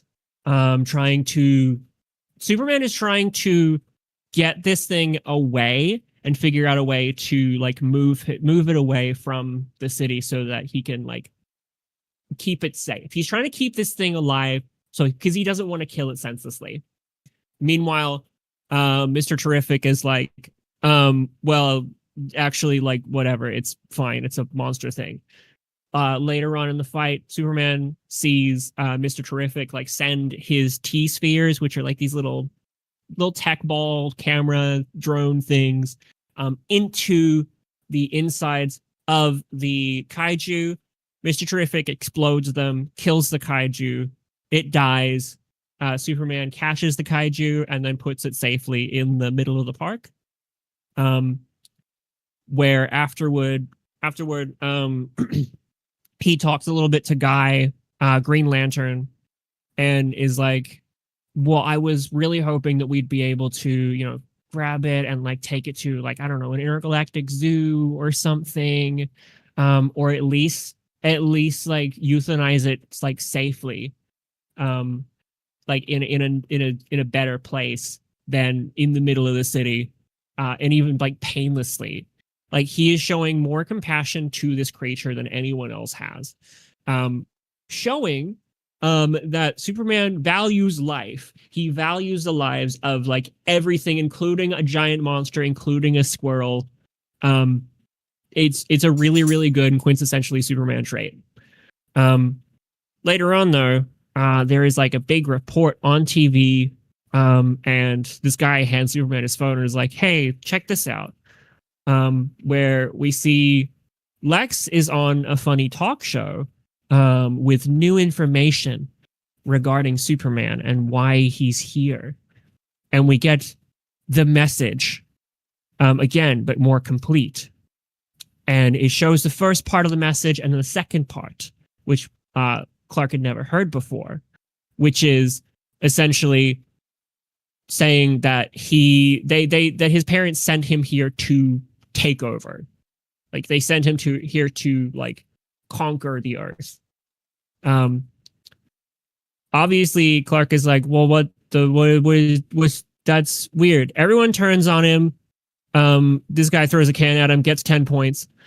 And then Lex on the TV is like, I'm scared. I'm so scared of this guy because he's all powerful. He was sent here to destroy us, and that it's frightening. This is harrowing news. He looks like Charlie Kirk. He looks like Andrew Tate. And yeah, he goes like, he specifically invokes like, who knows how large his secret harem is now. Like essentially sparking a bunch of rumors about Superman and like turning public opinion against him. Superman goes to one of the buildings in town because he's like, okay, I need to just like chill for a second. The Justice Gang show up to go, hey, Superman, what was that? What's up? Are you here to kill us? Don't worry about why they're green. They're green for an amazing reason. And Guy is basically like, hey, if you're here to destroy us, the Green Lantern Corps told me to destroy fucking threats to the Earth and to this sector. So if you're gonna do a big conquer, big fascism on us, you gotta tell us because I gotta take you out. And Clark's like, I'm not the guy. I'm not bad, Mr. Terrific. This has to be fake, right? And then Mr. Terrific's like, nah, man. Like, I know these computer guys. They wouldn't say that it's real unless it really was. Essentially hammering home to Superman and to the characters, to Superman, the character, and the audience that this is a real part of Superman, the character, Superman, the real part of Superman's world in this universe is that Superman was sent by his parents to conquer the Earth. Clark is obviously not super happy about this. And then Hawkgirl is like, oh, where'd they find the footage though? And then Clark realizes, oh shit, they went to the fortress. I have to get there. Where he finds the place absolutely fucking screwed. He like goes like, hey, Thor, what happened here? What happened? Thor dies in his arms. And then like he realizes, wait, where's Crypto? He tries to do the whistle. He doesn't get a response from him. It's really hard to describe this scene in words, so I'm just going to play it real quick. Oh, yeah, that's going to be... So he goes to Lex. Lex, I tried to stop him. It's fine, Heather. Superman, we finally meet. Would you like a coffee? Where's the dog? Dog? The dog, Luther! You took the dog! That's right, you get all of this. Where's the dog? I have no clue what you're talking about. When I show up to the swamp museum and I want to see Daryl. He's just a dog. Me. What did you say? So yeah, Clark turns up to Lex's office and is like, "Hey, where the fuck is the dog?" And then Lex like essentially just like pushes back and is like, "I don't know what you're talking about. I don't know what dog. What the fuck, man? I don't know what dog you're talking about." So, that video also, because Eve was recording it, that video gets shown on TV as well, adding fuel to the fire of, oh, Superman is like, he's like evil. He's like threatening this well-respected billionaire. Which is, that's bad. We don't like it when people threaten billionaires, apparently. So Clark later on goes back to his apartment. Lois is there. And she's like, "Hey, you have a dog?" And he's like, it's a foster situation. Don't worry about it. They have a little heart to heart. Don't worry about this like thing in the background. The Justice Gang haven't handled. They're essentially during this heart to heart that Lois and Superman have, the Justice Gang are fighting this dimensional imp in the background. It's fine. It establishes a tone for the universe. I'm fine with it. Lois is like, I was like this like punk rock kid from Baker's Line. Like I'm like I question everything. I don't trust anyone. I like I find it really hard to open up to anyone. And then like you think everyone and everything and everyone that you've ever met is beautiful. And he's like, well, maybe that's the real punk rock. Maybe it is punk rock to like see kindness in the world and want to protect it. Lois is like, well, fuck, hang on. Lois is like, yeah, like that. Yeah, I guess so. And he's like, hey, Lois, what did you mean when you said that this would never work? And she's like, I don't know. I don't know. And he gets up and he's like, I'm going to go. The Department of Justice have a warrant out for my arrest, so I'm going to go turn myself in. And Lois is like, well, what do you mean? What do you mean? He's like, they might take me to where they have the dog. And she's like, it's a dog. And he's like, yeah, well, it's not even a really good one, but he's out there and he's alone. He's probably scared. So I want to go help him. She hugs him before he leaves. He tells her that he loves her. She doesn't say anything back. Also, notably, I want to point out, this is where Superman's feet are. Here. This is where Lois's feet are. She's fully off the ground. She's so short. Their height difference is so important to me. But yeah, they do a little hug. Superman goes to turn himself in. The Department of Justice takes him in. Military, Ultraman. They reveal that, oh, Superman, we're not taking you to like a prison facility because the Department of Justice and the government have decided that because you're not human, you don't get human rights. So we're letting your detainment be handled by, guess what? Lex Luthor. Yeah, okay, why not? Yeah. So Lex takes him to his pocket universe prison. Sure. Yeah. Sure. He just has one of those. Yeah, don't who worry doesn't? about it. Yeah. What? We also during this scene meet Metamorpho / Rex Mason, another metahuman who has the ability to synthesize any element from his body, including kryptonite. The reason they have to use Metamorpho, reason they have to use Rex though, is because the prior to this movie, it's established very early on that every piece of kryptonite was taken off planet. There's no longer any kryptonite on Earth, so they have to use Rex to synthesize it, and do a big torture on Superman to like, hey, stop it, no using your powers. The reason Rex is working for Lex is because Lex has his ugly ass baby in captivity and is like, hey, if you don't do what I say, I'm gonna kill your ugly baby. And Rex is like, no, don't kill my ugly baby. I'll do what you say. I fucking hate this kid. He's just an ugly baby. We find out that within this pocket universe, Lex has an army of monkey bots who continuously farm outrage on the internet 24/7. Okay. What? No, don't question it. He's got monkeys on typewriters posting They're the posting Redditors. about Superman. They're Redditors. Lex has an army of Redditors ready at his disposal to tell the world that Superman sucks and that they should hate him. This is who you're arguing with online. Yeah, literally. This does carry the implication that these are like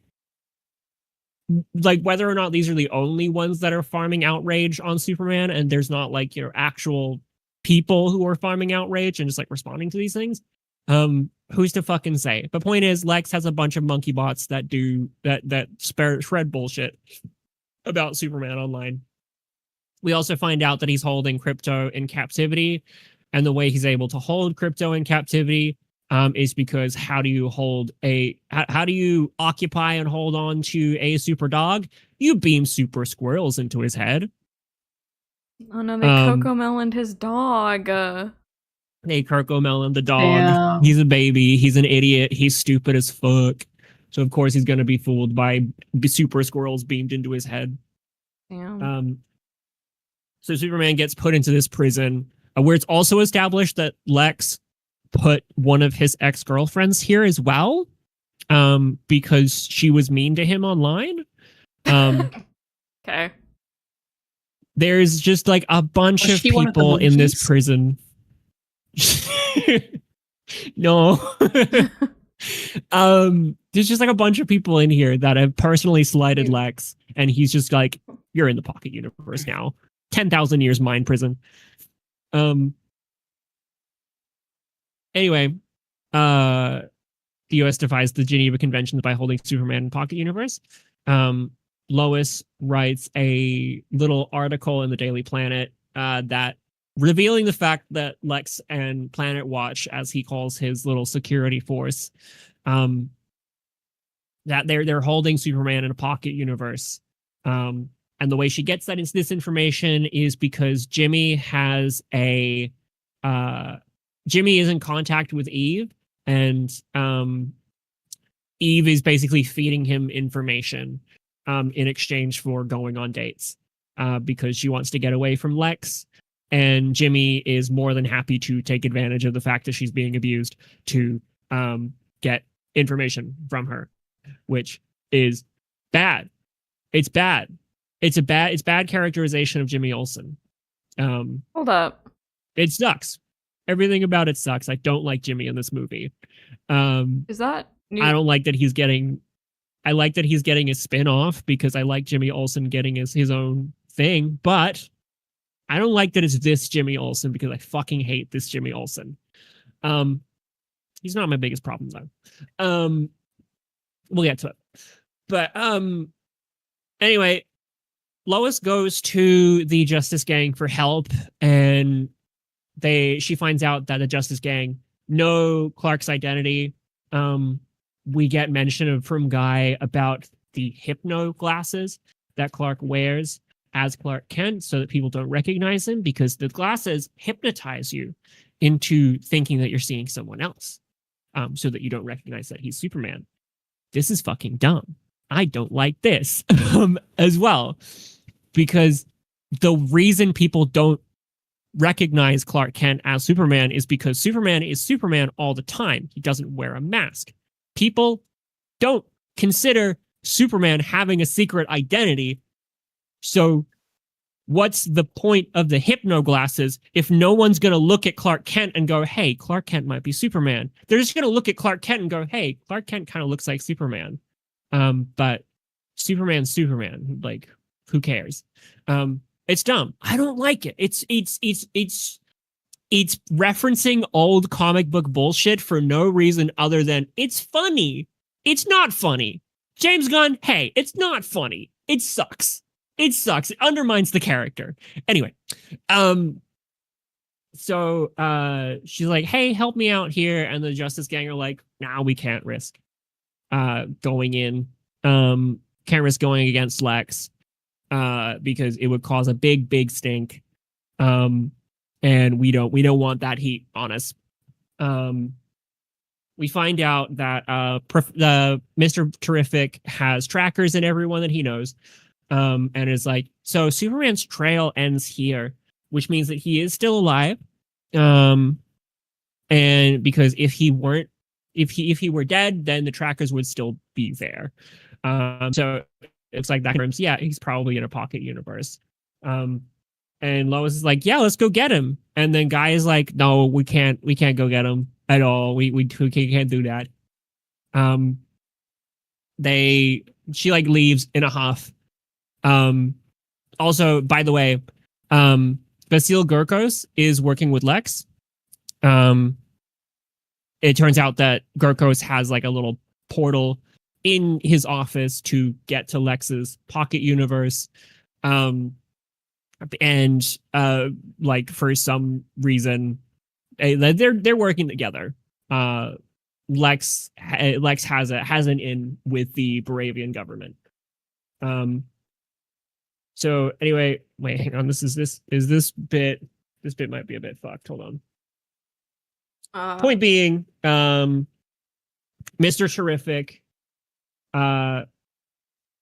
like goes, hey, I'm gonna help you out here. He and Lois get in his T-Craft and go to find Superman. We cut back to the pocket universe. Superman is being interrogated. He's fucked. He's getting kryptonite poisoned. And Lex and Gurkos are there, and they're like, hey, the US government has some questions for you. And in order to help with that, we've got Malie. And Lex has one bullet in his gun, spins the chamber, and is like, hey, he asks Superman a question. Like, hey, who are you working with here on Earth? He puts the gun to Malie's head, fires. It doesn't shoot him. He then asks another question, puts the gun back up to Malie's head. The gun goes off. Malie dies. And Lex is like, oh, well, I wasn't expecting that to be over so quickly. That's fine. Cool. I'll be back later on. I'll get you later. It's fine. Don't worry about it. Obviously, Clark is upset by this because he just fucking killed a random guy in front of him. A guy that Superman liked. Just a guy. Metamorpho Rex is also sad that Lex killed a guy in front of him and he didn't do anything to stop it. Cutting back to the material plane, Mr. Terrific and Lois arrive at the fort, little encampment that houses the portal to the pocket universe Superman is being held in. Mr. Terrific is like, check this out. Here's his trail. They just waltz in there. All of the Planet Watch guys are like, hey, you stop doing that. They try to fight him off. Mr. Terrific does a big cool fight scene. He does this at one point. Aura. He beats the shit out of all these guys, and Lois is like, holy shit. Okay, this guy rules. They find the portal to the pocket universe that Superman's being held in. Meanwhile, we cut back to the pocket universe where Rex is like, I I don't like that I did that I'm doing this. This sucks. And Clark is like, hey, you don't gotta do this. You just gotta help me get out. And Rex is like, okay, but you have to save my ugly baby. You have to save my ugly ass little baby. And Rex is like, okay, cool, I'll help you out, but you have to save my ugly baby. Come back to the material plane. Mr. Terrific manages to get the portal open. And he's like, hey, we can't leave this open too long because it'll cause a big dimensional event and it'll be bad. It'll pull the universe in two. And Lois is like, okay, cool. So let's go in. Let's find Superman. Rex synthesizes a yellow sun to give Superman his powers back. Clark punches through the thing. He grabs the ugly baby. He grabs Crypto. They escape. At one point, there's a black hole that Superman is able to escape from using his super breath. Rex is a fucking weird squid guy on the ground and is like, you're weird. They manage to get out. There's a very, very cute scene where Lois and Clark reunite, and Clark is like on the ground. He's kryptonite poisoned, and he's just like, you came to get me. And he's so happy to see her. He's so happy to see her after everything. Mr. Terrific is like, okay, he's kryptonite poisoned. He's gonna be fine. He'll be okay. But he does need to go somewhere safe. So Lois takes the T-Craft and flies him back to Smallville. She flies him back to his parents' farm, back to Ma and Pa, who love their boy so much. They're so sweet. They shouldn't be alive though. That's another story though. Meanwhile, Lex is like, well, shit. Fuck. Okay, well, we need to make sure that we know where Superman's going to be next. What I'm going to do is I'm going to remotely open up the portal that Mr. Terrific closed so that shit goes wrong and it goes bad. Mr. Terrific is like, oh shit, they're opening the portal so that things go bad and wrong. Things go bad and wrong. A hole gets torn in the universe. And that's bad. Next day, we cut to this very, very cute shot of Crypto asleep. Not asleep, but like Crypto laying on Superman when he wakes up from his little power nap. We cut to outside at the quaint little Kent farm, where Crypto is like outside. He's like playing with the cows. And Clark has his dogs out. And he's like eating a bowl of cereal, and his dad comes out and sits down and is like, hey, Clark, I'm here to say the movie's moral, and the message of the movie in words, because that's just kind of the kind of movie that we're in. I have to say it out loud. And Clark's like, yeah, okay, cool. I'm here for this. Pa's like, yeah, Lois is cool, by the way. And Clark's like, yeah, she is. She's really cool. She's awesome. And Pa is like, oh, well. But Clark is like, well, you know, my parents sent me to Earth so I could take over, so I could kill people. And I'm sad about that because it means that they didn't send me here to do good. And then Pa is like, well, hey, listen. You're good because you're good. And Clark's like, well, but I'm not who I thought I was. I'm not a savior sent to Earth to help people. And Pa's like, well, it ain't up to us to like tell you who you're supposed to be. It's your choices what make you who you are. And Clark is like, yeah, I guess so. He's very happy to hear that Pa Kent just tells him the moral of the movie, I guess. They do a little hug. It's very sweet. And then Ma comes out and is like, hey, Clark, I'm here to remind you that the plot is happening. come inside. You want to see this on the TV. And we see that there are Baravian troops amassing at the border between Baravia and Garnport. They're going to do a big invasion. We see that everyone is watching this report. We see Guy is watching it. Rex, his wife, and their ugly baby is watching it. We see Hot Girl is watching it as well. Everyone's watching this happen. And these children hoist up a little flag with Superman's symbol on it. And they all everyone in Jaranpur at the border starts like chanting for Superman to come save them. They're like, yeah, Superman. And Clark's like, oh shit, I gotta stop them from doing a big colonialism. And Ma's like, okay, it's okay. I cleaned your boots. You can go. Mr. Terrific sends one of his drones there to the Kent farm and it's like, hey, Superman, there's bad shit happening in Metropolis. And Superman's like, well, I mean, I've got to get to Jaranpur to stop the Baravians. So like I gotta go there. And Mr. Terrific's like, well, there ain't gonna be a Baravia or a Jaranpur if we don't stop this thing from fucking breaking the earth in two.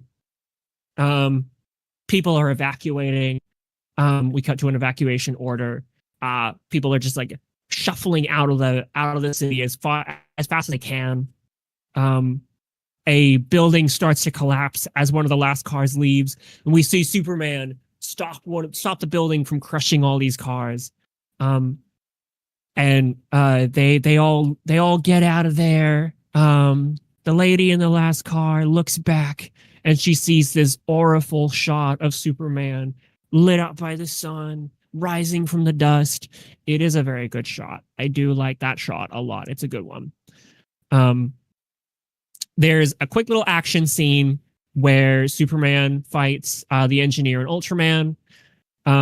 At one point, he uses the Engineer as a as a baseball bat to beat the shit out of Ultraman. The Engineer does some weird nanite shit, covers his face, gets the nanites to go into his body to essentially block out his lungs and stop him from breathing. They cover his eyes so he can't see. They try to get into like his nerves and his brain to stop him from fucking doing shit. Superman flies up to try to get the nanites off. And they're like, Lex is like, hey, keep up. An Engineer's like, he's so fast. Engineer and Ultraman both grab him. Engineer completely encases him in her nanites to like try to fucking kill him. He crashes. Superman like stops flying. He crashes into the ground. The Engineer is knocked unconscious. Superman like throws up all the nanites. It's a really fucking gross scene. I don't know why we need to see that.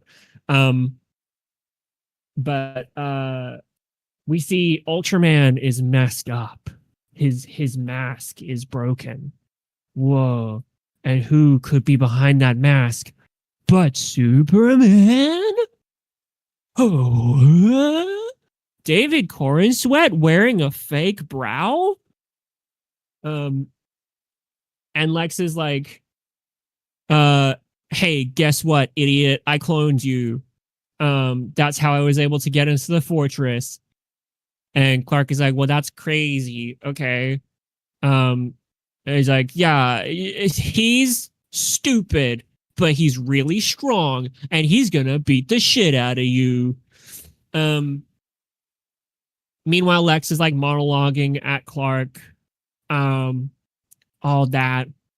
And then Clark is like, oh, you can do what you want to me here because your plans in Baravia have failed. And Lex is like, what the fuck are you talking about? And then one of Lex's guys is like, hey, there's something happening at the Jaranpur Baravia border. Look at this map. We find out that Green Lantern and the Justice Gang showed up to save everyone from the Baravians. the Rex is also there. He also shows up because he was also watching the TV and saw that shit was bad. They do a big thing. Green Lantern like starts destroying tanks and like cars and stuff with big green middle fingers from his ring. It's a really fucking satisfying scene to see all these superheroes like fucking just kill a bunch of colonialists. Rex smashes a tank with a big hammer. And we see Lex being like, you think I give a fuck about Barabia and Jaranpur? I made that shit up. I made that shit up so that I could fucking kill you. And like Superman's like, why? Why do you want to fucking kill me? And Lex is like, because you represent everything that is fucking scary and bad about us. You make us look small. You make us look bad. You're so strong and you're so cool and strong and you make us look bad. And we get the famous 1A scene where Lex continually just like gives the command of 1A to Ultraman that is a simple face punch. One thing that I didn't bring up before is that Lex has a database of moves that Ultraman can use to fight Superman, and each of them is indicated by a number followed by a letter. So like 36B, 32C, 47A, just a whole database of attacks. 1A being a simple punch to the face is really funny because it's the first thing that he taught Ultraman to do was fucking punch a guy. And he just continually tells him 1A, 1A, 1A, just really wailing on him until Superman's like, it's like, what the fuck are you laughing at? And Clark's like, Brain Beast Brawn, who let the dogs out, does a big whistle. We cut to a pet shop where Crypto smashed in and is just breaking shit.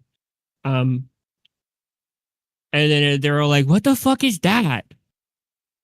And then Ultraman's like, what the fuck is that? It's fucking Crypto, bitch. He's here. And Clark is like, Crypto? Crypto's like, yeah, boss. And Superman's like, get the toy. And Crypto's like, you got it, boss. And Crypto proceeds to do Praxis, and destroys the property of Billionaire. Lex is freaked out. He's like, what the fuck? What the fuck? He's breaking my shit. What the fuck? He's breaking all my shit. Now I can't, like, monitor Ultraman and, like, give him commands to beat up Superman. Oh, no. Superman just starts fucking wailing on Ultraman. At one point, he does a rider kick, which rules. Really fucking good action scene. And then he does his best Henry Cavill impression and just oroforms for a second. And then this one person is like, hey Lex, there's shit's bad. And he's like, what? And she's like, hey, the Raptors are here. Lex's little army of armored guys, and they're like, fucking kill him. And then Superman is like, nah, I'd win. And he proceeds to beat the absolute living shit out of these guys, and they realize that they ain't built for this. Crypto also gets one in as well. And then this guy is like, listen, the destruction with the portal thing has gone too far. I'm closing it. I'm going to close the portal and we're going to remotely close it from here. And then Lex is like, no, leave it open. I don't give a fuck about these people. Let me know if it gets to a city that I fucking care about. We need to all go. We need to get out of here. We're going to get out of shop, get out of Dodge.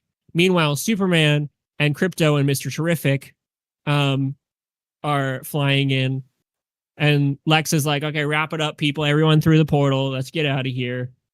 And Lex is like, okay, well, that's my evil plan got stopped, but that's fine. I'm gonna just gonna get out of here and live to see another day. What the fuck is that? Oh shit.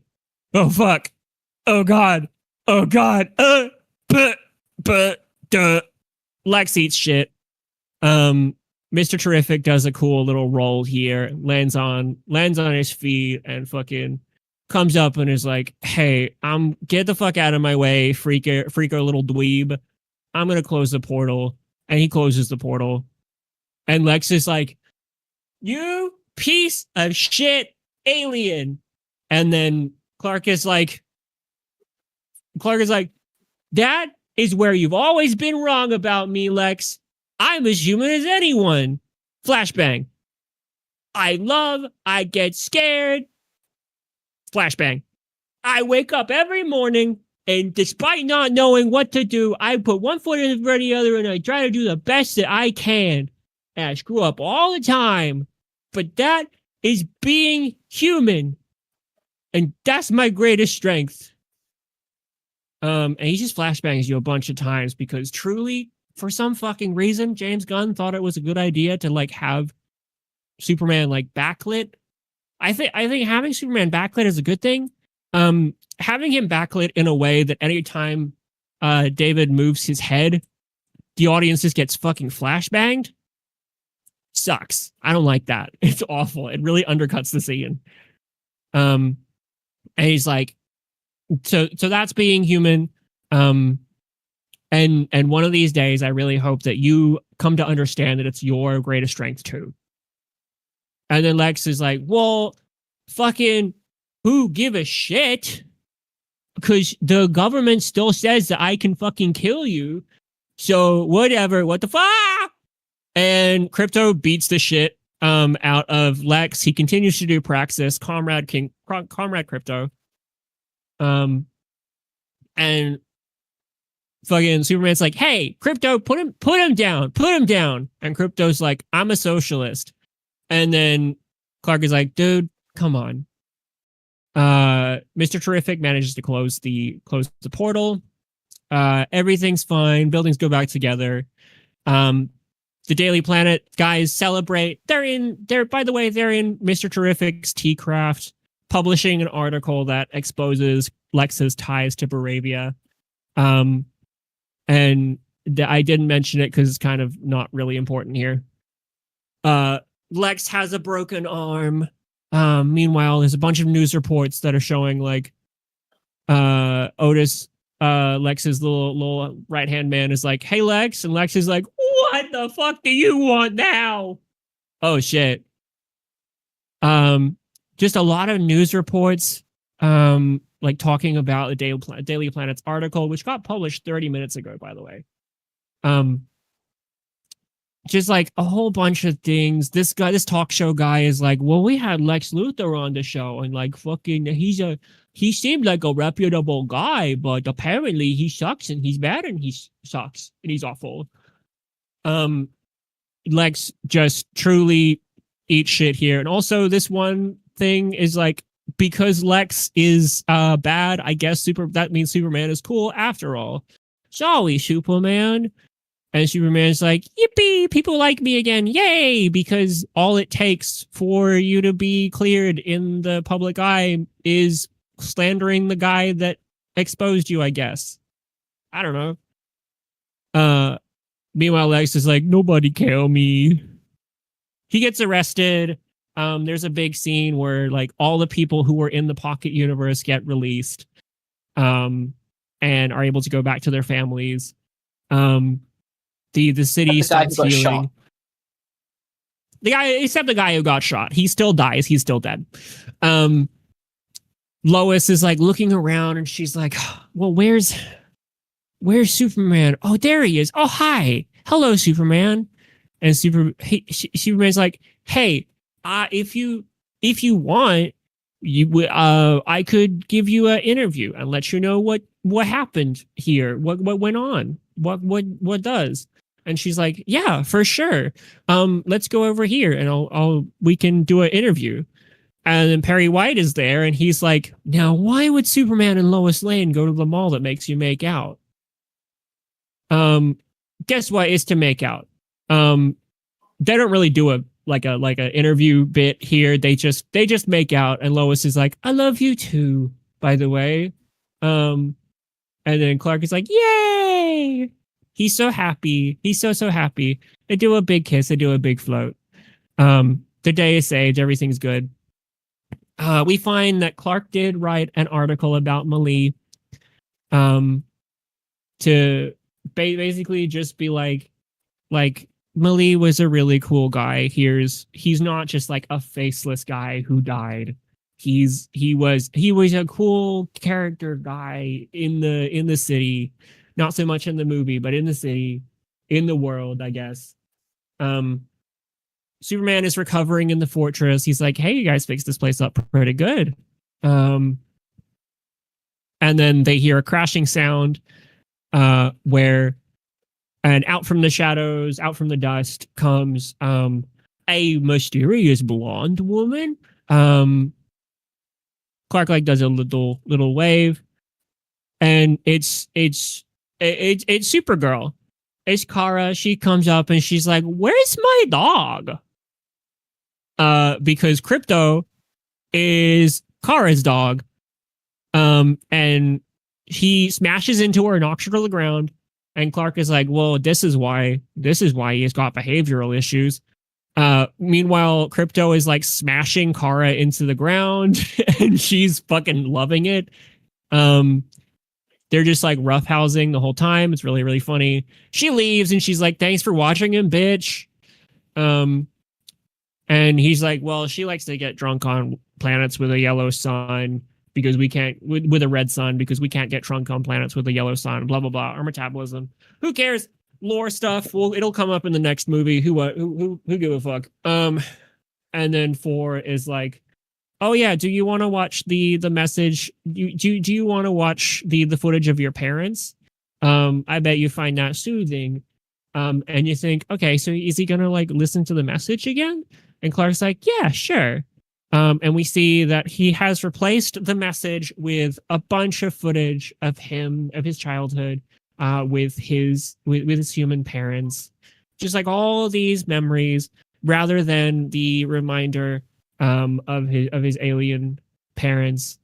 And he sits there, he smiles as punk rocker plays, and he goes, wow, I sure do love my human parents, and not my alien ones. And that's the end of the movie. So here's the outright bad thing I don't like.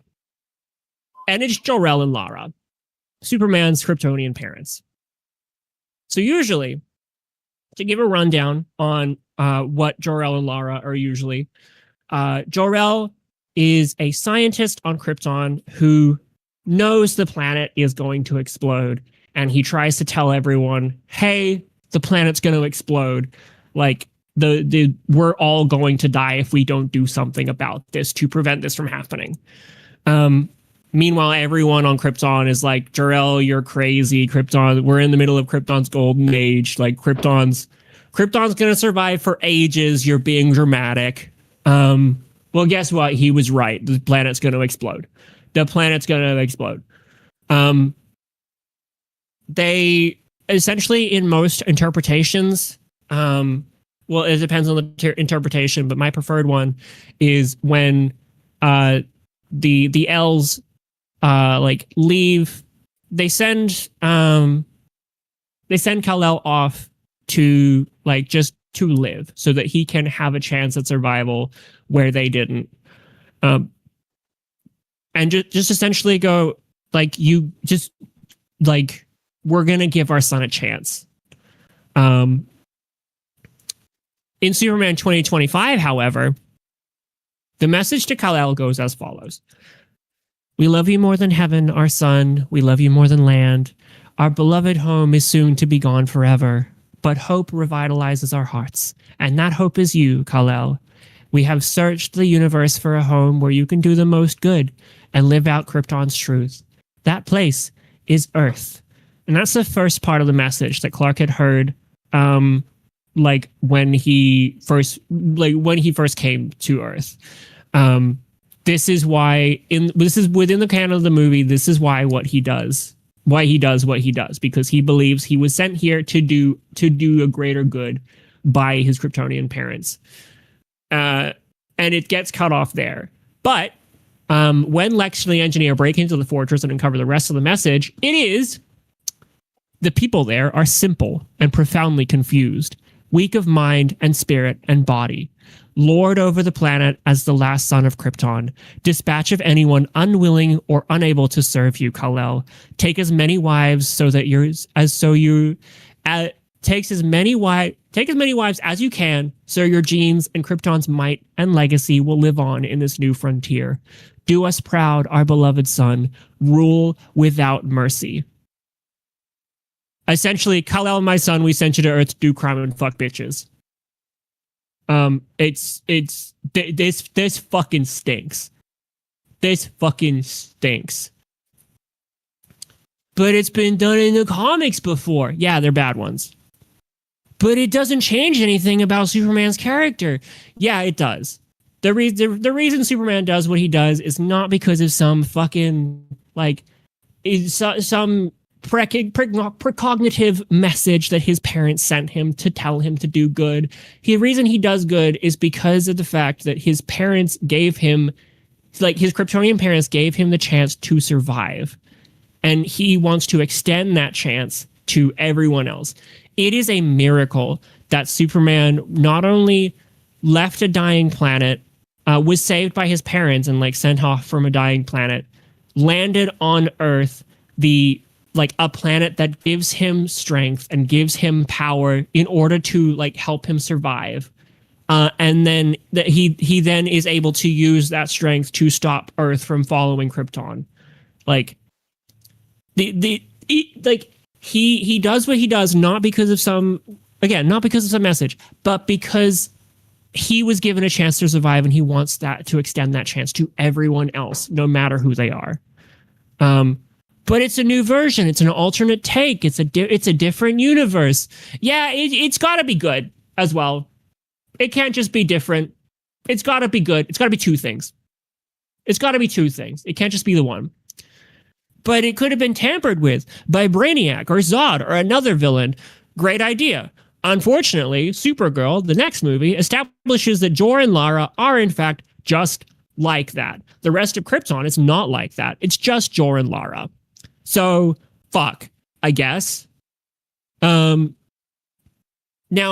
previous takes on Jor-El, which I think this movie is trying to be in response to. We have Marlon Brando as Jor-El from Superman 1978, and we have Russell Crowe as Jor-El from Man of Steel and the DCEU. Famously run, I guess, by Zack Snyder. The thing about these Jor-Els, though, is that these guys are both God, like from the Bible. Both of these guys sent their son to Earth to be Superman. They created a destiny for him, and they are very much framed as this is God, Superman is Jesus, he's here to save us. And like it's a valid take, I guess, on Jor-El and on Superman, but it's honestly a very shallow one. It's a very boring one. I don't like that kind of take. And you may be wondering, hey, Kim, what is a good take on Jor-El that maybe has some of the same trappings as the DCU's Jor-El, as this new evil, fucked up fascist Jor-El? My Adventures with Superman is an animated superhero series based on the DC Comics character Superman. In it, we meet Clark Kent. He is a mid-20s, mild-mannered little guy, voiced by Jack Quaid. He is very nice, very sweet. We find out very early on that he has powers. He doesn't really know what to do with them, but he wants to be normal. He just wants to be just a guy. He wants to work as a reporter at the Daily Planet. Unfortunately, he's really fucking strong. He has a lot of crazy, crazy powers. And he can go Super Saiyan as well. That's not important though. As a child, the reason that he's scared to use his powers is because as a child, he saw a scary, scary image as a hologram that was contained within the ship that brought him to Earth. And that stopped him for a long, long time from embracing his powers and using them for good. He was just essentially scared of where he came from and what that means. So he didn't want to be the alien boy. He wanted to be Clark Kent. He wanted to be Clark Kent, the human man, the human boy, until eventually he realizes that I cannot just not do things with my powers. I have to become Superman. What was that scary image he saw there? Well, that was Jor-El. That was his father. Now, the thing about Kryptonians and Jor-El in My Adventures with Superman is that they are a world-conquering, a planet-destroying race of people who, like, they're essentially the Saiyans from Dragon Ball Z, if you know what the Saiyans from Dragon Ball Z do. They go to planets, they kill a bunch of people, they destroy them, they take over. The thing about Jor-El here is that the interpretation of Krypton here is that it is a crumbling empire. It is an empire on its last legs. It is the Roman Empire, essentially. And Jor-El and his wife Lara are sick and tired of the killing, of the violence, and they realize that their planet is going to be destroyed. Like the people who employ them, who like control the Kryptonians, they're going to destroy the planet. So they want to give their son a chance. So they send him off in a little pod. Again, with no hope of. They don't send him off to anywhere in particular. They don't send him off to like conquer or anything, which is what Clark had feared that they'd done because of the fact that they were warriors. They didn't send him off to be a warrior. They didn't send him off to conquer. They just sent him off so that he would have a chance to live.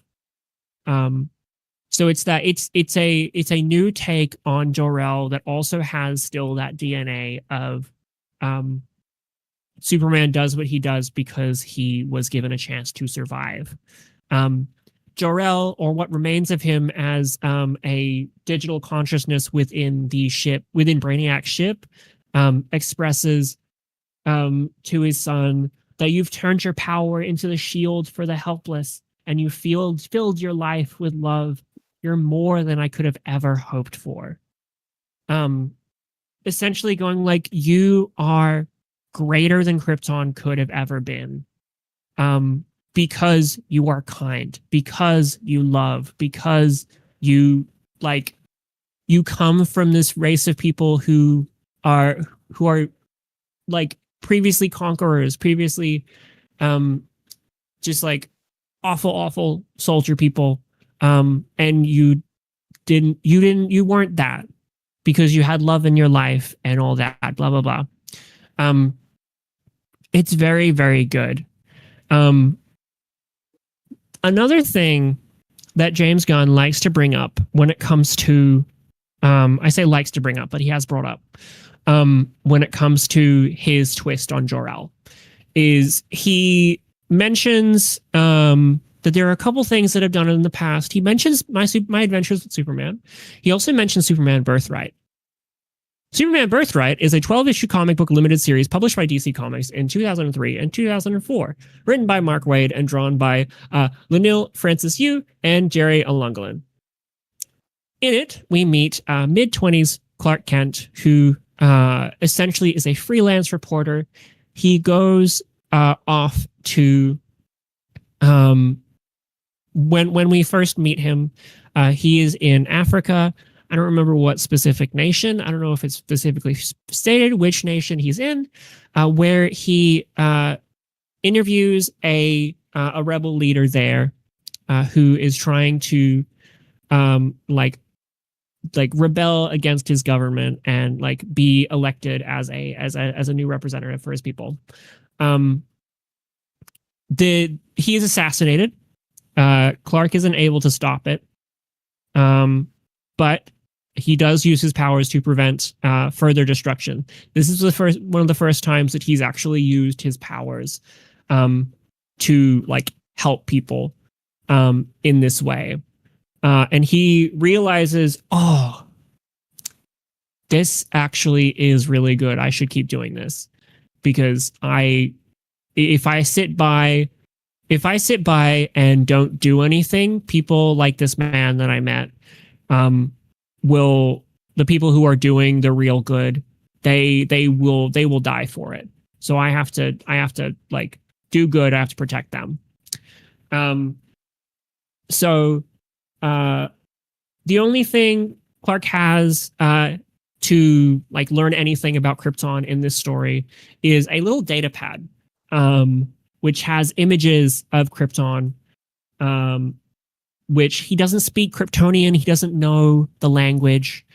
So like he just sees the images. He sees these like ornate people, this like golden age and stuff. He sees the symbol. And Macan actually makes the Superman costume based on these guys, based on this kind of the traditional outfits of Krypton, which they don't know is called Krypton at the time because again they don't speak Kryptonese. We get the whole glasses thing, which are not hypno glasses in this. They're just a pair of glasses that Clark wears. They dull the unnatural blue of his eyes. They change his face shape slightly because that's just what glasses do. When you look at people wearing glasses, their face shape looks a little bit different. And his parents are like, yeah, like you can, this is how, like people won't recognize you. This is how like we can, this is how you can like survive and stuff. So he becomes Superman. And sorry, give me a second. Eventually, the Kryptonians invade. And it is a big thing. There's a bunch of guys that invade Metropolis. And then, as it turns out, this is not an actual authentic invasion by Krypton. It is projected by Lex in an attempt to slander Superman for Lex's usual envious reasons. During this, because Lex has built this kind of projector thing, which is why he knows about Krypton and everything. He builds this projector and using it while Superman like stops Lex, he is able to like make contact with Jor-El and Lara from across time using this projector, which sort of it uses like speed of light logic, where like it takes the messages that he receives is the light from Krypton reaching Earth, and he's sort of like just big telescope seeing that. After Superman's big fight with Lex, he is able to reassure his parents that, hey, I made it. You saved my life. Like you did good. You did good because of this. I'm able to be Superman. All that to say, fuck these guys. I don't like them. They fully ruined the movie for me. It's bad. It sucks. Anyway, thank you for listening. I'm sorry that took so long.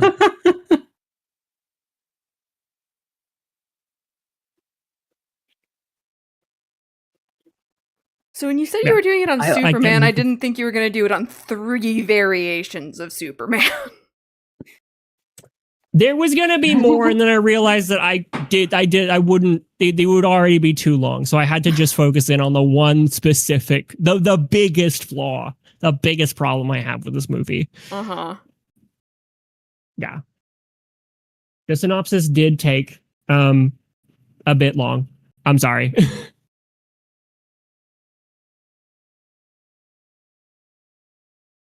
Oh, no. Okay. So I'm gonna real quickly share with the crew and then turn my thing back on because I still have a presentation after this.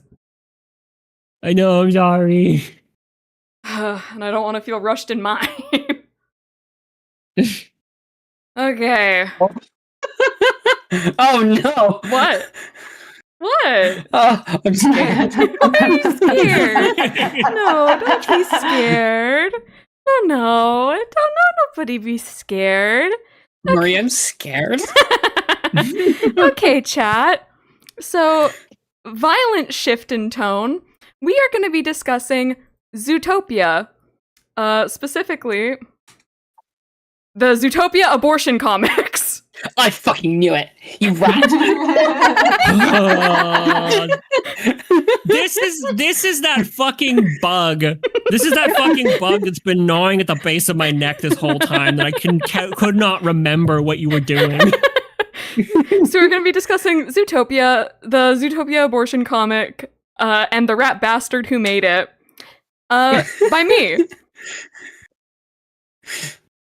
We love a child-friendly racism allegory. Yes! Go off, Disney.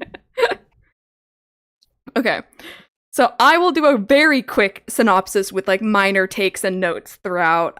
There are 3 comics. Many people think that there is only part 1, which is titled I Will Survive, which is the abortion comic. No, there's not. Yes, there are. Okay.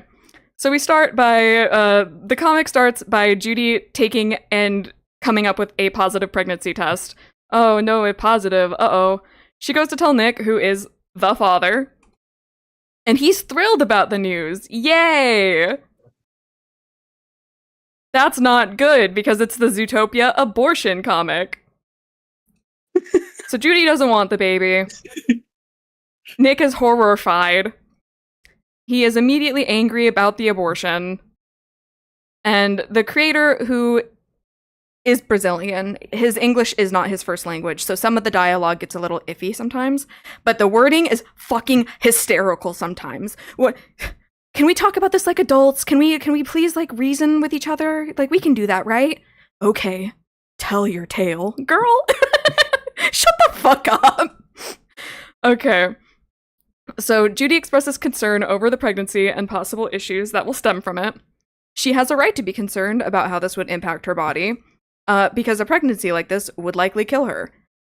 Real life people and who give birth, real life women, real life birth giver people, have died from less.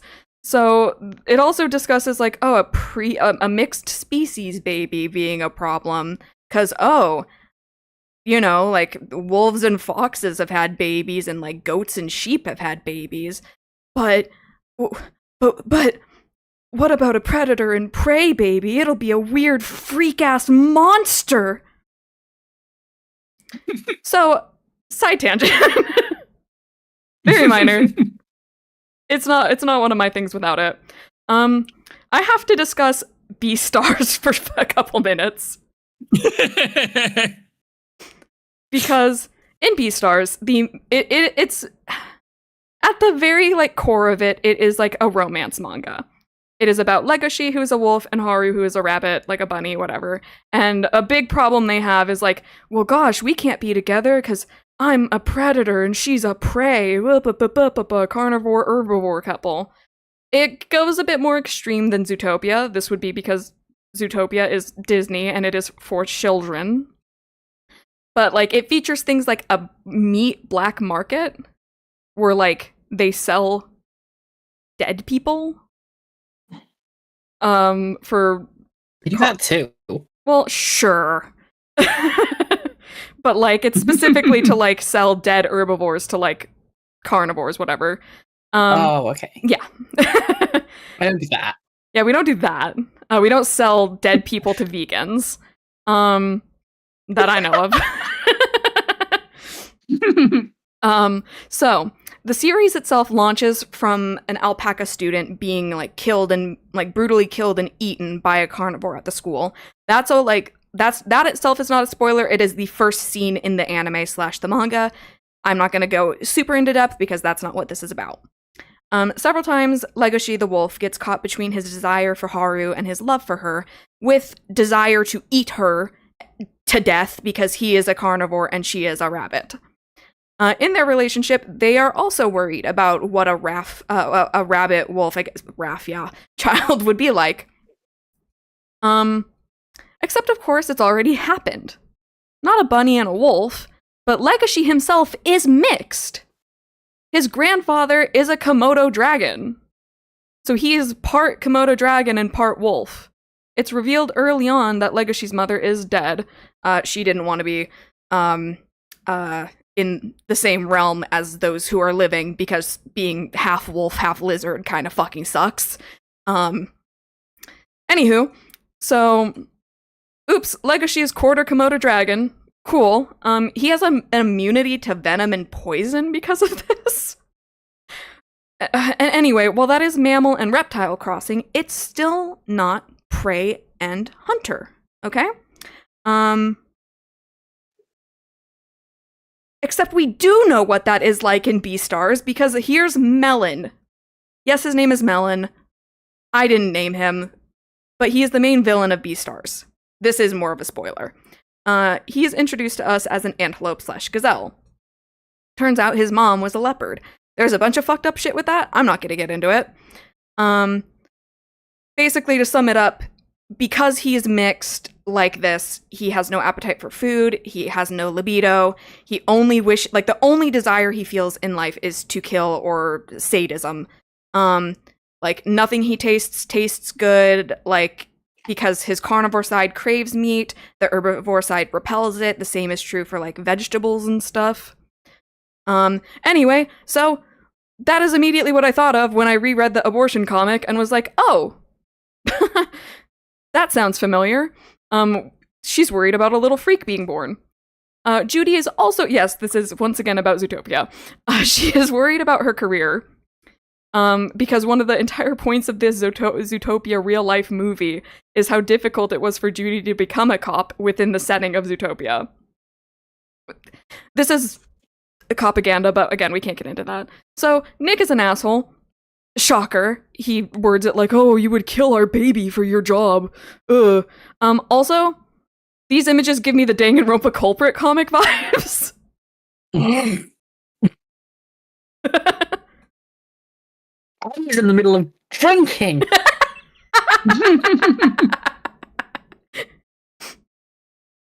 Okay, so she smacks the shit out of Nick because he just called her a murderer. Fair response.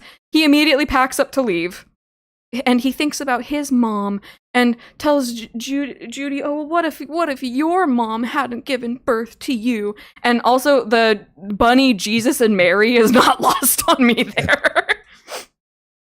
And yeah, he's just like, Judy, what if you had been aborted? I'm very smart. Where he's like, oh, wow. Yeah, basically this image. So, she's moved for but a moment. But nah, she's getting that abortion. And so, at an impasse, Nick decides to leave. Judy begs him to stay for some reason, I guess. And he asks why she couldn't have just had an abortion without telling him. And she says, well, that seems kind of fucking shitty and, like, not what adults in a relationship should do communication-wise. And he says he wishes that she just kept him in the dark and that you hadn't told me about your premeditated sin. Crazy line. And he says, "Don't worry, I will survive," which is the name of the comic. Wow, he's so powerful.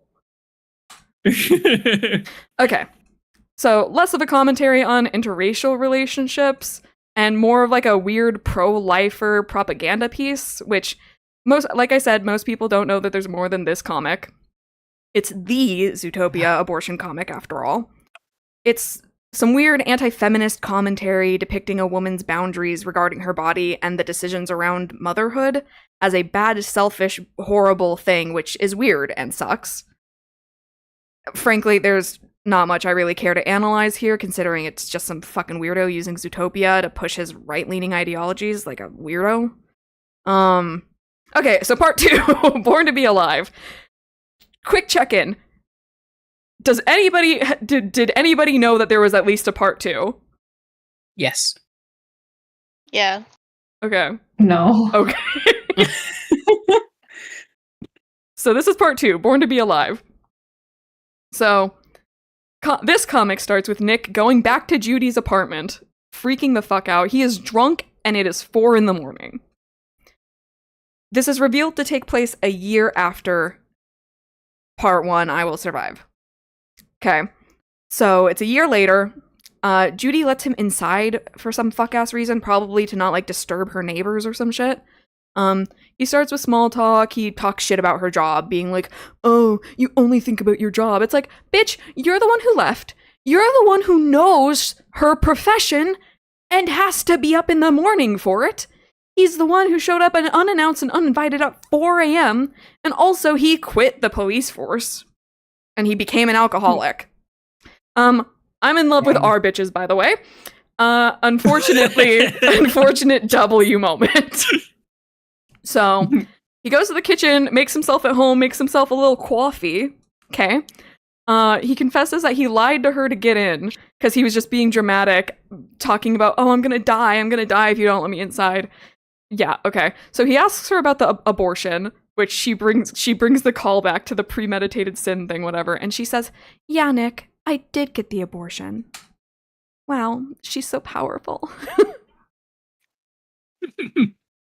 So he has the nerve to look like surprised and beaten up about it. I'm sorry, it's been a year. You're here at 1 a.m. You don't hear a baby crying at you banging on the door, do you? You think, I'm sorry, if you think that she possibly kept the kid after a year and you still haven't shown up or paid child support, you a piece of shit. So he tries to say that he forgives her and she shuts that shit down. She's like, "I don't need you to forgive me. Fuck you, dude." She's on business. He pivots and says, actually, he's the one who needs to be forgiven. He was a fool, you see, and he wants her back so bad. He had bad sex with a fox prostitute in a dirty, nasty, cheap motel, and that's just really the catalyst he needed to, like, show that he loved his partner. You just don't get it. Oh. So he begs her to take him back, and she says absolutely the fuck not. Apparently, there were difficulties during the abortion, and she had negative health complications because of it. Something went wrong, and she had to go through it without a partner, all by herself. She hints that if he stayed, she might have considered even keeping the baby. This is weird and goes against everything she said last time, and is kind of shitty, but, like, also I kind of don't blame her. He dipped. Like, he abandoned her ass. I kind of live for the pettiness. Okay, so he goes cuckoo mode and flips the fuck out. To which we hear a voice, and we learn that Judy is not living alone anymore. She got herself a fox girlfriend this time.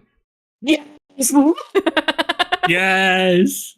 I will point out here that Judy let her drunk ex into her home where her new partner was sleeping as well. So smart and cool. Anyway, I don't love how she talks to her here, where she, like, gets really bossy with her, and she's like, "Shay, I told you to stay in bed. I can deal with Nick by myself. I told you to do this, da-da-da." Okay, kind of a fucked up thing to say to your partner who clearly heard you, like, in distress a couple panels ago. Whatever. Nick is a homophobe.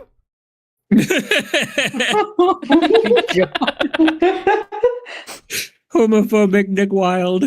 Sir, you're not being politically correct enough. Ex-cop, current alcoholic, Nick Fox. Her pronouns are vixen. She couldn't go to her family, I guess, because okay, so I read this as carrot holics, like carrot alcoholics. I had no idea what this had to do with anything. No, carrot Catholics, carrot thilics.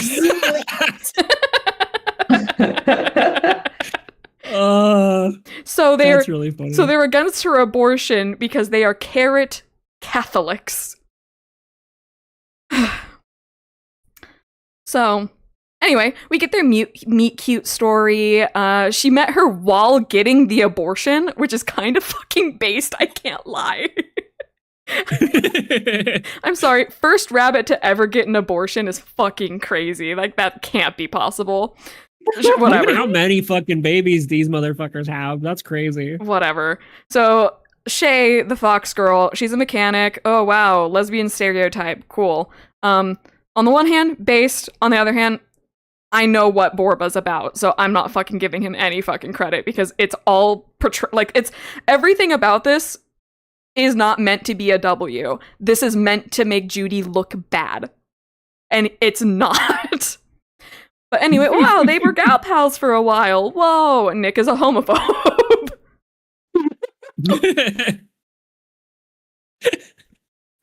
So, help, the guy from Disney's Zootopia is using lesbophobic slurs. So he starts grabbing at Judy again and like, of course, girlfriend isn't having it. So he just straight up attacks her. This is what would happen if you let your like shitty ex into your home at 4 a.m. when you're living with your new partner. Judy gets pissed at him, kicks him out, throws him out. She shouldn't have let him in anyway, like I just said. Anyway, Shay asks if Judy's okay. Obviously not. Zootopia Yuri, I guess. Sure, why not? Love wins. Yada yada. I don't know what the fuck this is either, chicas. Okay. So obviously, something toxic relationships. U-Haul lesbians, I guess? That they moved really way too fast. Yay, lesbianism. Boo, homophobia. Lesbian stereotypes. I doubt Borba meant it to be based because he is severely homophobic, and we will get into this. Yes, exactly. We will get into that later, unfortunately. Anyway, so part 3. Okay. So, wow. Upgrade in budget. What were you about to ask? Is that supposed to be JFK? Shush, we'll get into that. We'll get into that. Stop spoiling. What was that? Bookmark it. Put a pin in it. Anyway, wow, budget upgrade, full color now. Glad we upped the budget on this boingo. Okay, so we learned that Nick is the leader of the scout troop that was in Zootopia. Wow, cool, okay. He took them to the mall for some reason. Whatever, some sort of commotion happens. All these people start, whoa, wow, ooh. Okay, I don't know what the fuck that one did. Anyway, so yeah, it's Judy. She's the mayor. I don't know what this fucking Hillary Clinton haircut is. But wow, Judy's the mayor now. Cool. Yeah, she looks like fucking Hillary Clinton. Anyway. So she sees Nick and goes, whoa, it's Nick. Nicholas. Whoa. As if like they were on good terms. And the Secret Service is like, who the fuck is this asshole? And Judy is way nicer to her than she should have to be, even a little bit. She should not be this nice to him. It's shown that like years have gone by, blah, blah, blah. They used to be partners, yada, yada. It's supposed to show that Judy forgave him and he's willing to sweep his past actions under the rug. The fact that she's even willing to, like, say he's a friend of hers, like, in any capacity is crazy. And even when she extends him that olive branch, because they're like, oh, whoa, you used to be partners while you were cops, and she's like, and we were very good friends. And this bitch has to push and go, yeah, but we were more than friends, weren't we? Just shut up, dude. Anyway, yeah, he can't fucking help but get a word in. This panel drives me fucking insane, because several of these panels are directly pulled from the abortion comic, where they are actively not having a good time. God. So Nick's son is here because he went and got married and had a son, whatever. Named him Nick Wilde Jr. because, like, of course he did. Whatever. So it's revealed Nick has a wife now. Cool, whatever. Except he can't help but hit on Judy. God. Even though she looks like Hillary Clinton now. He's like, call me Bill because you look great, Queen. Okay. Great. Zootopia Nazis.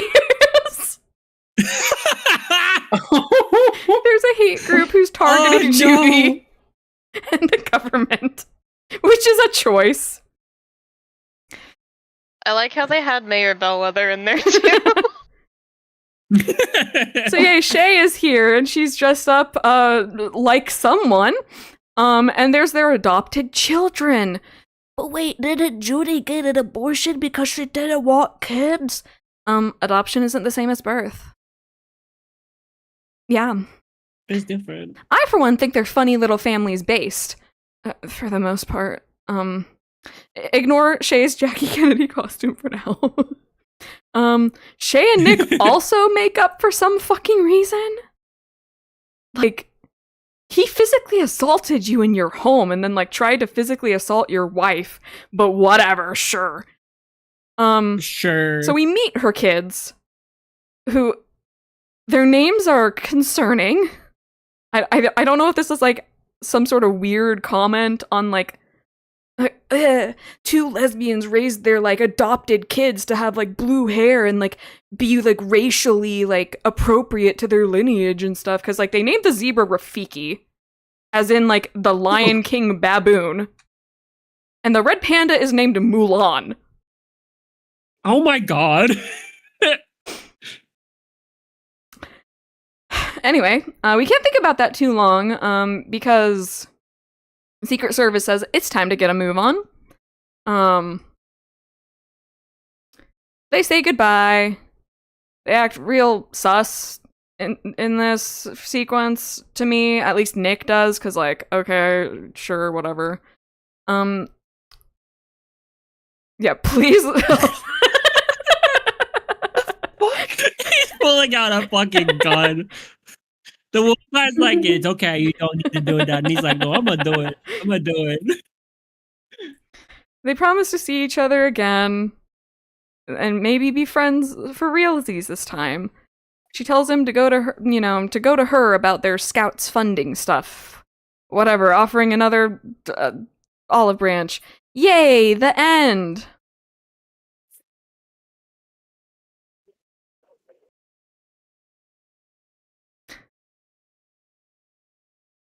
So for some reason, this fucking asshole decided to include the fucking JFK assassination.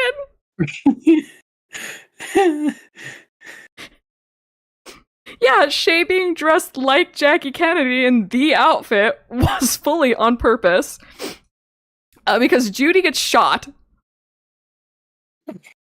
Because that neo-Nazi group got her. Jar and jam in there. Well, yeah, sure. They get arrested, whatever.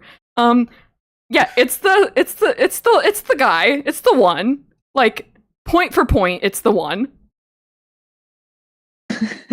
Okay, well, I guess So Judy's head just did no, that. it's Jam. Oh, okay. Because sure, It is jam. Okay.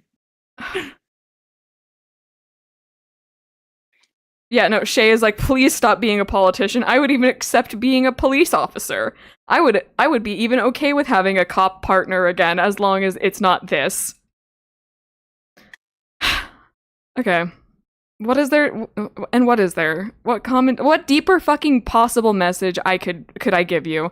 It's clear that this idiot is trying to say something, or like invoke something, or maybe he's just really trying to rage bait. Most I can think of is, again, trying to portray Judy's family or like Judy's decisions as like negative, because it's clear that like she's a villain in his eyes. Which, mind you, she never did any of this in canon. He literally just chose her and decided to be like, she's the worst person to any sort of incel man. So, who the fuck is this Borba guy? To no one's surprise, he sucks. So I remembered that he was big on DeviantArt for like a while there. Like he was like a big deal on DeviantArt. Except it doesn't fucking exist anymore. Which is a great sign that his entire DeviantArt is just completely like wiped from the internet. I found his Twitter account. I wasn't sure if it was him, despite the fact that it says real William Borba and Borba real. That's his fucking shit. But it's from a city in Brazil. Brazil mention. Which Brazil, it's fine. I am sure you don't claim him. I scrolled down and found this stupid shit and was immediately like, has to be him. Oh my god. So, he is only following 6 people on Twitter.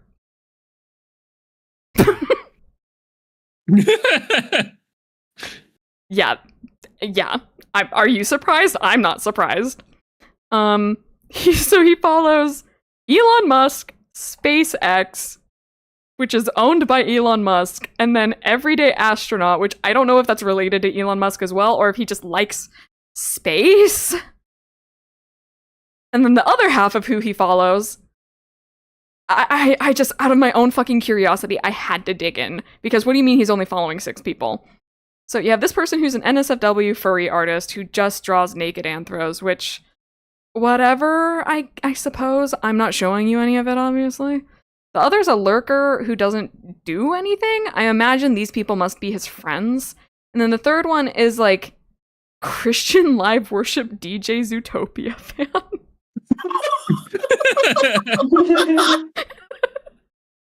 Okay. The rabbit hole? Which I found a commission that he asked to get commissioned. The rabbit hole? Whatever, right? So most of it is most of their posts are advertising for like various furry artists, like projects and Kickstarters and stuff, whatever, right? So I saw links to a website of his. I couldn't get into it because every element of my firewall securities told me to back up. And I wasn't willing to risk it. I'm so sorry, chat. I wasn't willing to risk it. Yeah, because that's a great sign. I did find more art of his, though. This one is like, whoa, what if they didn't do the abortion fanfic? Okay, so a couple points of interest here. Literally the opposite of the abortion fic, right? Why the fuck is the last kid wearing the hate group symbol? Is she still a cop? Yeah, so like so her oldest kid, the one that would have been aborted, ends up becoming a Nazi.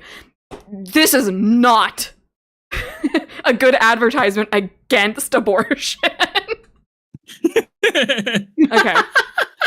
So I found this post that was interesting to me because this Redditor likes Borba. Okay. So it's about how Borba made an announcement a few years back. So looking at like the timeline of that post, like almost 10 years ago, he made an announcement saying he's not going to be posting in English anymore and only in Brazilian Portuguese. What might the reason be? People were being mean to him about his weird, shitty views he puts in his comments and his comics and not giving him any real critique. If I'm understanding his meaning correctly. Most Zootopia fans hate Borba, by the way. They hate, like, I went through, like, the Zootopia subreddit, like, here and there, like, looking for stuff about Borba, and they hate him. Small handful of chuds praise him and try to argue that anyone can express themselves through their art, not just the libs. So this user hates Borba's guts and wants him dead. Borba stated that Judy wouldn't actually be able to carry the baby to term due to Judy's size and weight. Exactly! That's why the abortion would have been necessary, my guy! Like, he's saying that she would have just miscarried anyway! As if he's the authority on this, he didn't create Zootopia! So I got most of the shit through the Wayback Machine. Anyway, so this motherfucker has the nerve to say the first Zootopia abortion comic, I Will Survive, does not address pregnancy, abortion, or anything like that. but rather how a loving couple can end their seemingly eternal love if they don't want to give up their pride, beliefs, and fears when they face something that can separate them. Boy, if you don't shut the fuck up. He has the nerve to say his comics don't have anything to do with what they're literally about. He said it's more about the end of a relationship than about abortion. Brother, what? So, we are over with the abortion rights debate, and we're gonna start with the same-sex debate. Am I right? Which they did. I Will Survive isn't about abortion, nor is Born to Be Alive about some sex rights. I imagine you mean same-sex. Both talk about love and its consequences. As I said, love has consequences. Judy having an abortion or getting a same-sex lover aren't the dorsal spine of these stories, just plot devices. This isn't the first time I get bad reactions to something I did, but I don't regret anything. Yeah, okay, King. Whatever. Okay. This is talking about, like, the carrot-holics thing, and then this motherfucker says carrot flicks. Those rabbits that worship the great carrot in the sky, who do have issues with abortion and extramarital relationships, but have no problems with same-sex marriages. You know, because they're rabbit, and sex is a great thing for them no matter how. Okay. So, now, unfortunately, I am fucking flaming this guy 10 years later for this shit, because this is the worst thing he's ever done, where he made, like, an Amazonian character, specifically named Sappho, as in, like, we know the famous Sapphic, the Sappho of Lesbos, the poet. This has been captured by multiple people, which is also not a good sign on the Wayback Machine. He drew Sappho, or someone inspired to him by Sappho, as a rapist monster who assaults women. What? I struggled to find it, and I did find it. I obviously won't share it with you because it's disgusting, and no. So these are translated from Portuguese. So this DeviantArt user says, "This is very controversial from any perspective." This is about the comic again. If you hadn't been born, would your life have been meaningless? In fact, it's reminiscent of It's a Wonderful Life. There's a solution, a difficult one to accept, but it might be the best answer. Nick will keep the baby. The problem is that Nick wanted to avoid the same problem that he and his mother had before, blah blah blah. This is such a fucking annoying comment. But Borba said, like, it's basically like fellatiating Borba. To which Borba says, "Some people are posting comments saying that this argument is a cliche, and that the same argument could be used against the birth of Hitler, for example. Really? Do they really believe that? Prejudging a person who hasn't even been born yet? How about changing the name of the unborn child to Jesus, the one who was born more than 2,000 years ago in a certain city in Galilee? His mother could have chosen to have an abortion to avoid a scandal, couldn't she? It's so much easier this way." Shut up. Brother. Oh yeah, it doesn't address pregnancy or abortion. Oh, it's not about abortion. Anyway, so obviously, all of this shit, especially the Sappho stuff, was frowned upon by a lot of people. He got immense, like, negative clapback against the Sappho thing. But whenever he gets confronted about anything, he gets super defensive and pissed and lashes out at people. You know, the fact that, like, there's endless examples of him killing women, depicting them as rapists, depicting them, like, as the villain. Like, he is misogynistic. He has never drawn or posted or published anything about women that has been positive. So his DeviantArt is gone. Good fucking riddance, because I'm sure that people were absolutely clowning his ass. So my closing thoughts. Borba's gone. I didn't look that hard for him, but I haven't found anything I haven't found any presence of him, at least under this identity, in, like, years, right? I don't want to find him. He can stay gone. I hope that the freak of nature stays true to his word, stays away from the internet for the rest of forever. And yes, the memes that came from the abortion comics are really fucking funny. Like, yes, tell me your premeditated sin. That shit is just fucking funny, okay? But the man who made them is a real and dangerous guy. Again, Brazil, I'm sure you don't claim him, so we're good. Anyway, yep, glad his DeviantArts related, deleted. Good riddance, furry porno dude. PSA, don't be a racist, homophobic, lesbophobic, pro first birther, weirdo dude. Period. Period. And that's my presentation. Thank you so much for coming. What the fuck? I only knew about the first two. Yeah. I didn't know about the JFK. Yep. I that one. Rudy F. Kennedy? Yep. That one got me.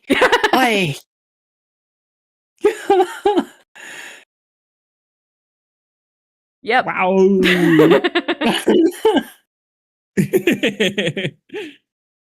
My next one won't be so weird, but I fell down unfortunately, the thing is when I fall down a rabbit hole of stuff that like nobody else is like thinking about, it's this is my outlet. Yeah. All right, chat. I think that's it. We went through everybody. I love Daryl. I love Labubu's. Ocean, you're a bastard.